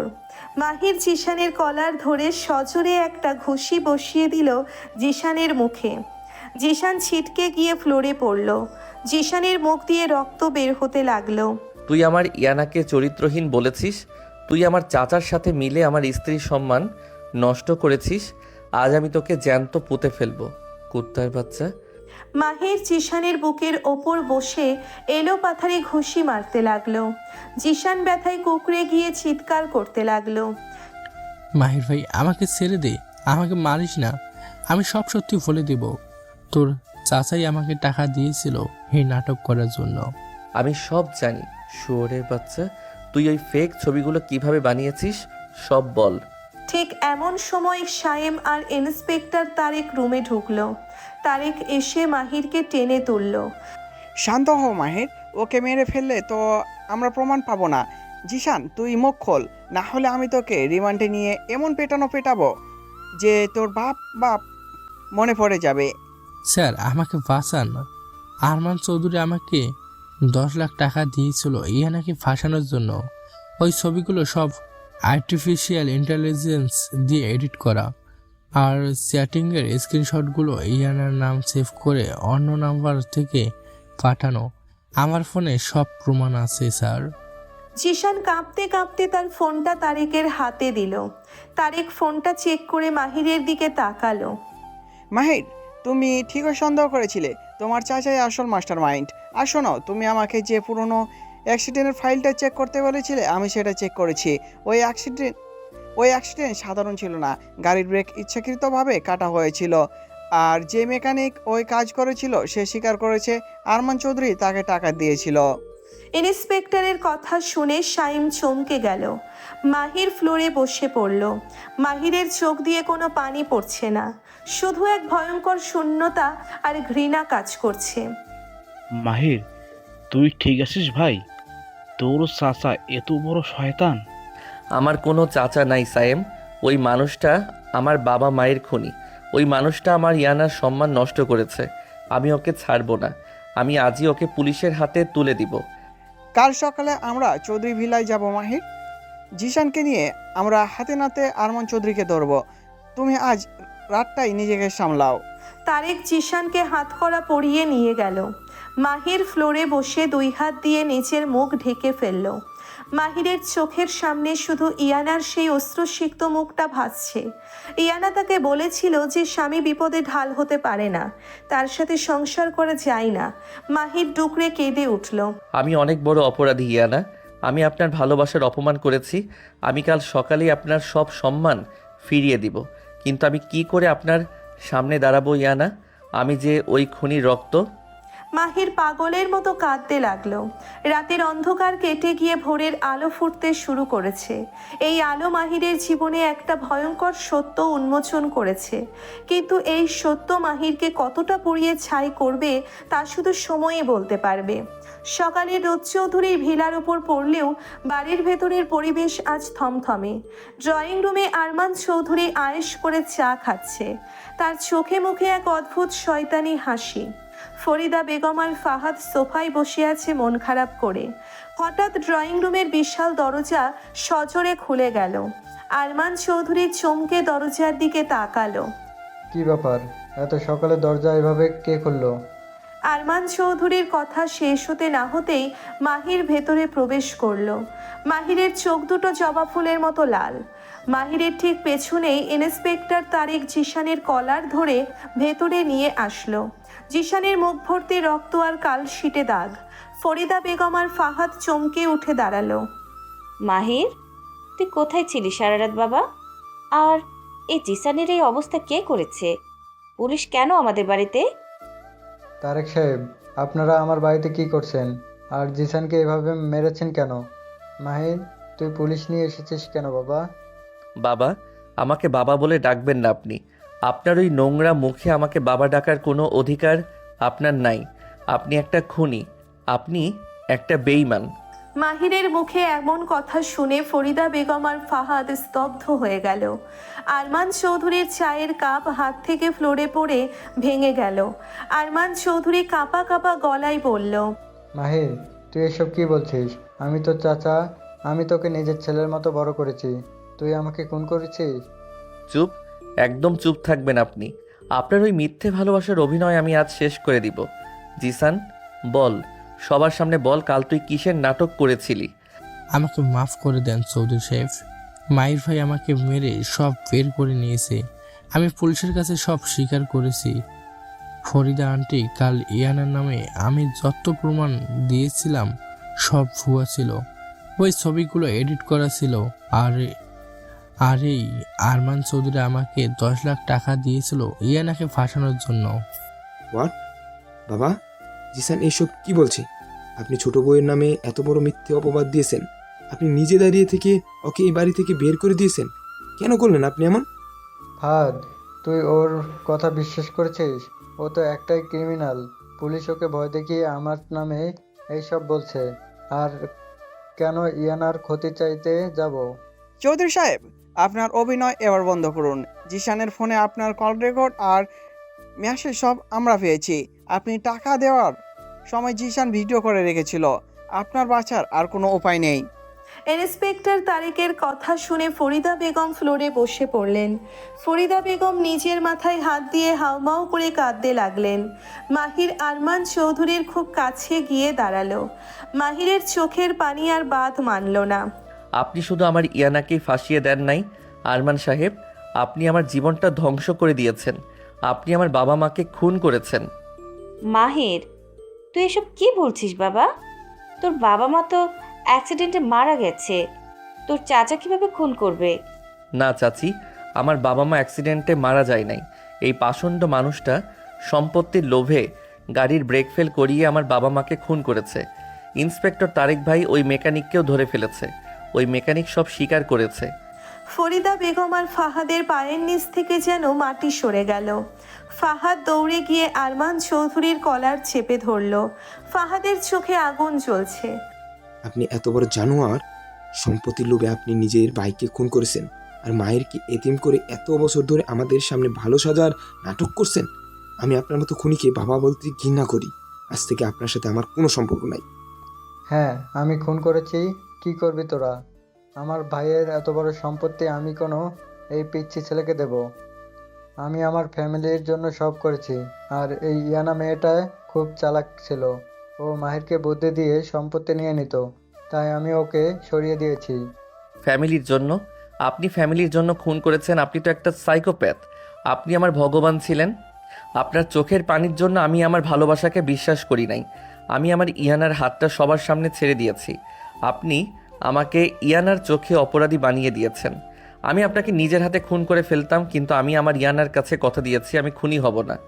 মাহির, তুমি শান্ত হও, আইন ওর বিচার করবে। কনস্টেবল, ওনাকে অ্যারেস্ট করো। পুলিশ আরমান চৌধুরী আর জিশানকে হাতকড়া পরিয়ে নিয়ে গেল। চৌধুরী ভিলা আজ যেন শ্মশান হয়ে গেল। ফরিদা বেগম ফ্লোরে বসে কাঁদছেন। ফাহাদ মাহিরকে জড়িয়ে ধরে হু হু করে কাঁদছে। মাহিরের চোখে কোনো পানি নাই, শুধু এক বুক শূন্যতা। ভাইয়া, আমি এখন কি করব? আমি তো সব হারিয়ে ফেললাম। আমার বাবা মা, আমার চাচা, আমার ইয়ানা। আমি কার কাছে যাব ভাইয়া? তুই কাঁদিস না মাহির, আমরা তো আছি তোর সাথে। তুই এখনই যা ছোট বউয়ের কাছে, ওকে ফিরিয়ে আন। ও তোকে অনেক ভালোবাসে, ও ঠিক তোকে ক্ষমা করে দিবে। বিকেলবেলা নদীর পাড়ে এক অদ্ভুত নিস্তব্ধতা। সূর্যটা পশ্চিম আকাশে হেলে পড়েছে। নদীর ঠান্ডা বাতাস ইয়ানার চুলগুলোকে এলোমেলো করে দিচ্ছে। ইয়ানা নদীর পাড়ে একটা পাথরের ওপর বসে আছে। কাল রাত থেকে তার চোখে ঘুম নাই। মাহিরের মুখটা বারবার তার চোখের সামনে ভাসছে। ইয়ানা আপন মনে ফিসফিস করে বলতে লাগলো, তুমি কি সত্যি আমাকে ভুলে গেলে মাহির? তুমি কি একবারও সত্যিটা খোঁজার চেষ্টা করলে না? তুমি তো আমাকে দেবী মানতে। তোমার ওই ছোট্ট বুকে এত বড় মিথ্যে কিভাবে জায়গা নিল মাহির? আমি যে তোমাকে ছাড়া থাকতে পারছি না, আমার শ্বাস নিতেও কষ্ট হচ্ছে। ইয়ানার চোখ দিয়ে টপ টপ করে পানি পড়ছে। হঠাৎ ইয়ানা অনুভব করলো তার পেছনে কেউ দাঁড়িয়ে আছে। ইয়ানা চমকে পেছনে ফিরে তাকালো, দেখলো মাহির দাঁড়িয়ে আছে। মাহিরের চুলগুলো উস্কো খুস্কো, শার্টের বোতাম খোলা, আর চোখ দুটো কান্নায় ফুলে আছে। মাহিরকে এতটা বিধ্বস্ত ইয়ানা এর আগে কখনো দেখে নাই।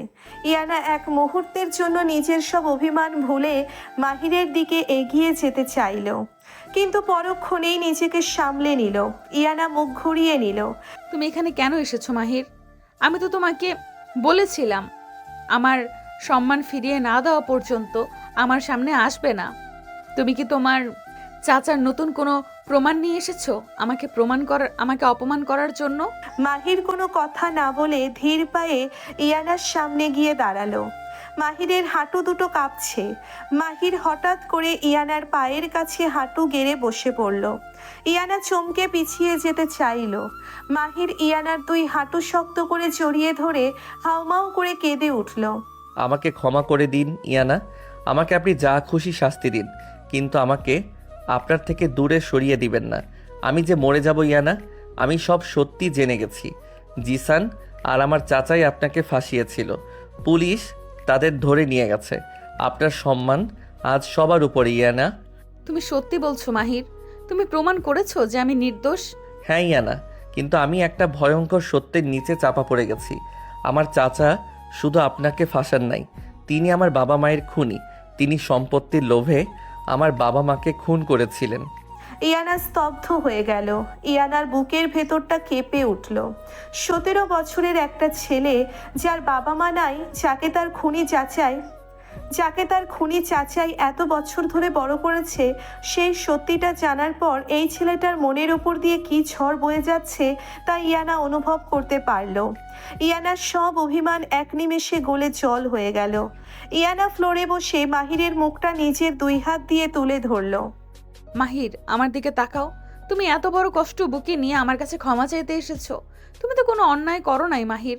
তুমি তো শুধু তোমার চাচার চোখের পানির কাছে হেরে গিয়েছিলে, যে চাচাকে তুমি ভগবান মানতে। কিন্তু আমি আপনার হাত ছেড়ে দিয়েছিলাম ইয়ানা।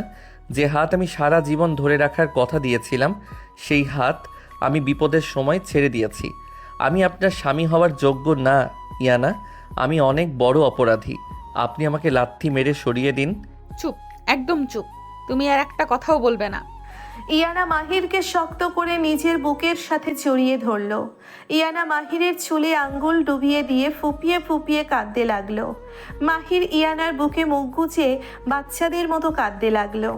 নদীর পাড়ে এই দুই অসম বয়সের মানুষের কান্না যেন প্রকৃতির সব বাতাসকে ভারী করে তুলল। অনেকক্ষণ পর ইয়ানা নিজেকে শান্ত করলো।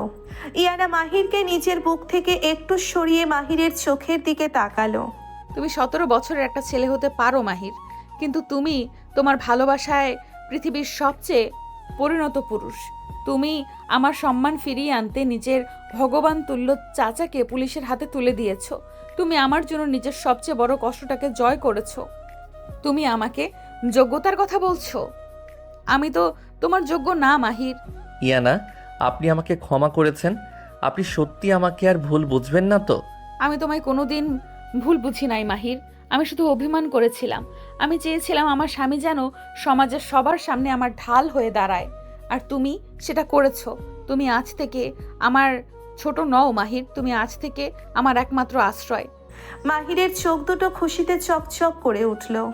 মাহির ফ্লোর থেকে উঠে দাঁড়ালো এবং ইয়ানাকেও হাত ধরে টেনে তুলল। নদীর ঠান্ডা বাতাসে ইয়ানার শাড়ির আঁচল উঠছে। মাহির ইয়ানার খুব কাছে চলে আসলো। দুজনের শরীরের মাঝে আর কোনো দূরত্ব নাই। মাহিরের গরম নিঃশ্বাস ইয়ানার কপালে আছড়ে পড়ছে। ইয়ানার হৃদস্পন্দন এতটাই বেড়ে গেছে যে মাহির সেটা স্পষ্ট শুনতে পাচ্ছে। ইয়ানা, আমি কি আপনাকে ছুঁতে পারি? আমি কি আমার স্ত্রীর ওপর আমার অধিকারটুকু পেতে পারি? তুমি আমার স্বামী মাহির, তোমার অধিকার তো আমার পুরো সত্তার উপর। তুমি কেন পারমিশন চাইছো? মাহির আর এক মুহূর্ত অপেক্ষা করলো না। মাহির নিজের দুই হাত দিয়ে ইয়ানার কোমর শক্ত করে জড়িয়ে ধরে ইয়ানাকে নিজের সাথে মিশিয়ে নিল। ইয়ানার শরীরটা লজ্জায় আর শিহরণে কেঁপে উঠল। ইয়ানা নিজের দুই হাত দিয়ে মাহিরের ঘাড় জড়িয়ে ধরল। মাহির খুব ধীরে ধীরে ইয়ানার মুখমণ্ডল নিজের এক হাত দিয়ে ধরে ইয়ানার চোখের দিকে তাকালো। আপনি জানেন ইয়ানা, আপনার এই চোখের দিকে তাকালে আমি আমার পৃথিবীর সব কষ্ট ভুলে যাই। আমি আপনাকে কতটা ভালোবাসি সেটা বোঝানোর মতো কোনো ভাষা আমার জানা নাই। আমি শুধু জানি আপনি ছাড়া আমার আর কোনো অস্তিত্ব নাই। আমিও তোমাকে অনেক ভালোবাসি মাহির, অনেক ভালোবাসি। তুমি আমার জীবনে না আসলে আমি বুঝতেই পারতাম না সত্যিকারের সম্মান আর ভালোবাসা কাকে বলে। তুমি আমাকে নতুন করে বাঁচতে শিখিয়েছো। ইয়ানার কথা শেষ হতে না হতেই মাহিরের ঠোঁট ইয়ানার ঠোঁটের ওপর নেমে আসলো। ইয়ানা চোখ বন্ধ করে নিল। মাহিরের এই চুমুটা আগের মতো আলতো ছিল না। এতে ছিল এক তীব্র অধিকার আর না পাওয়ার যন্ত্রণার অবসান। ইয়ানাও মাহিরের এই গভীর ভালোবাসায় নিজেকে পুরোপুরি সঁপে দিল। নদীর ঢেউয়ের শব্দের মাঝে তাদের এই দীর্ঘ আর গভীর রোম্যান্টিক মিলন যেন প্রকৃতির একটা সুন্দর অংশ হয়ে গেল। কিছুক্ষণ পর মাহির ইয়ানাকে ছেড়ে দিয়ে ইয়ানার কপালে নিজের কপাল ঠেকিয়ে ফিসফিস করে বলল, এবার তো আমাকে সারা জীবন আপনার আয়াগিরি করতে হবে ইয়ানা। আপনি তো 25 বছরের একটা ধাড়ি মেয়ে, আর আমি তো 17 বছরের একটা বাচ্চা। ফাজিল ছেলে কোথাকার, তুমি আবার ওই কথা তুলছো? আজ বাড়ি চলো, আমি তোমায় দেখাচ্ছি কে কার আয়াগিরি করে। আমি তো ভয় পেয়ে গেলাম। তা আমার বউ আমাকে কি শাস্তি দিবে আজ রাতে? মাহির, তুমি দিন দিন অনেক বেশি অসভ্য হয়ে যাচ্ছ। আমি তোমার সাথে কথাই বলবো না। ইয়ানা লজ্জায় মুখ লাল করে মাহিরের বুকে হালকা ধাক্কা দিয়ে চলে যাওয়ার ভান করলো। মাহির এক টানে ইয়ানাকে আবার নিজের বুকে ফিরিয়ে আনলো। মাহির ইয়ানার কানের কাছে মুখ নিয়ে গভীর স্বরে বলল, অসভ্য তো আমি কেবল শুরু করেছি ইয়ানা, সারা জীবন তো পড়েই আছে। আপনি তো শুধু আমার বউ, আমার সিনিয়র বউ। ইয়ানা মাহিরের বুকে মুখ লুকিয়ে হাসতে লাগলো। সূর্যটা ততক্ষণে পুরোপুরি ডুবে গেছে। নদীর পাড়ে শুধু দুজনের ভালোবাসার মিষ্টি হাসি প্রতিধ্বনিত হতে লাগলো। সব বাধা, সব বয়সের দেওয়াল, সব ষড়যন্ত্র আজ তাদের এই পরিণত ভালোবাসার কাছে হেরে গেল।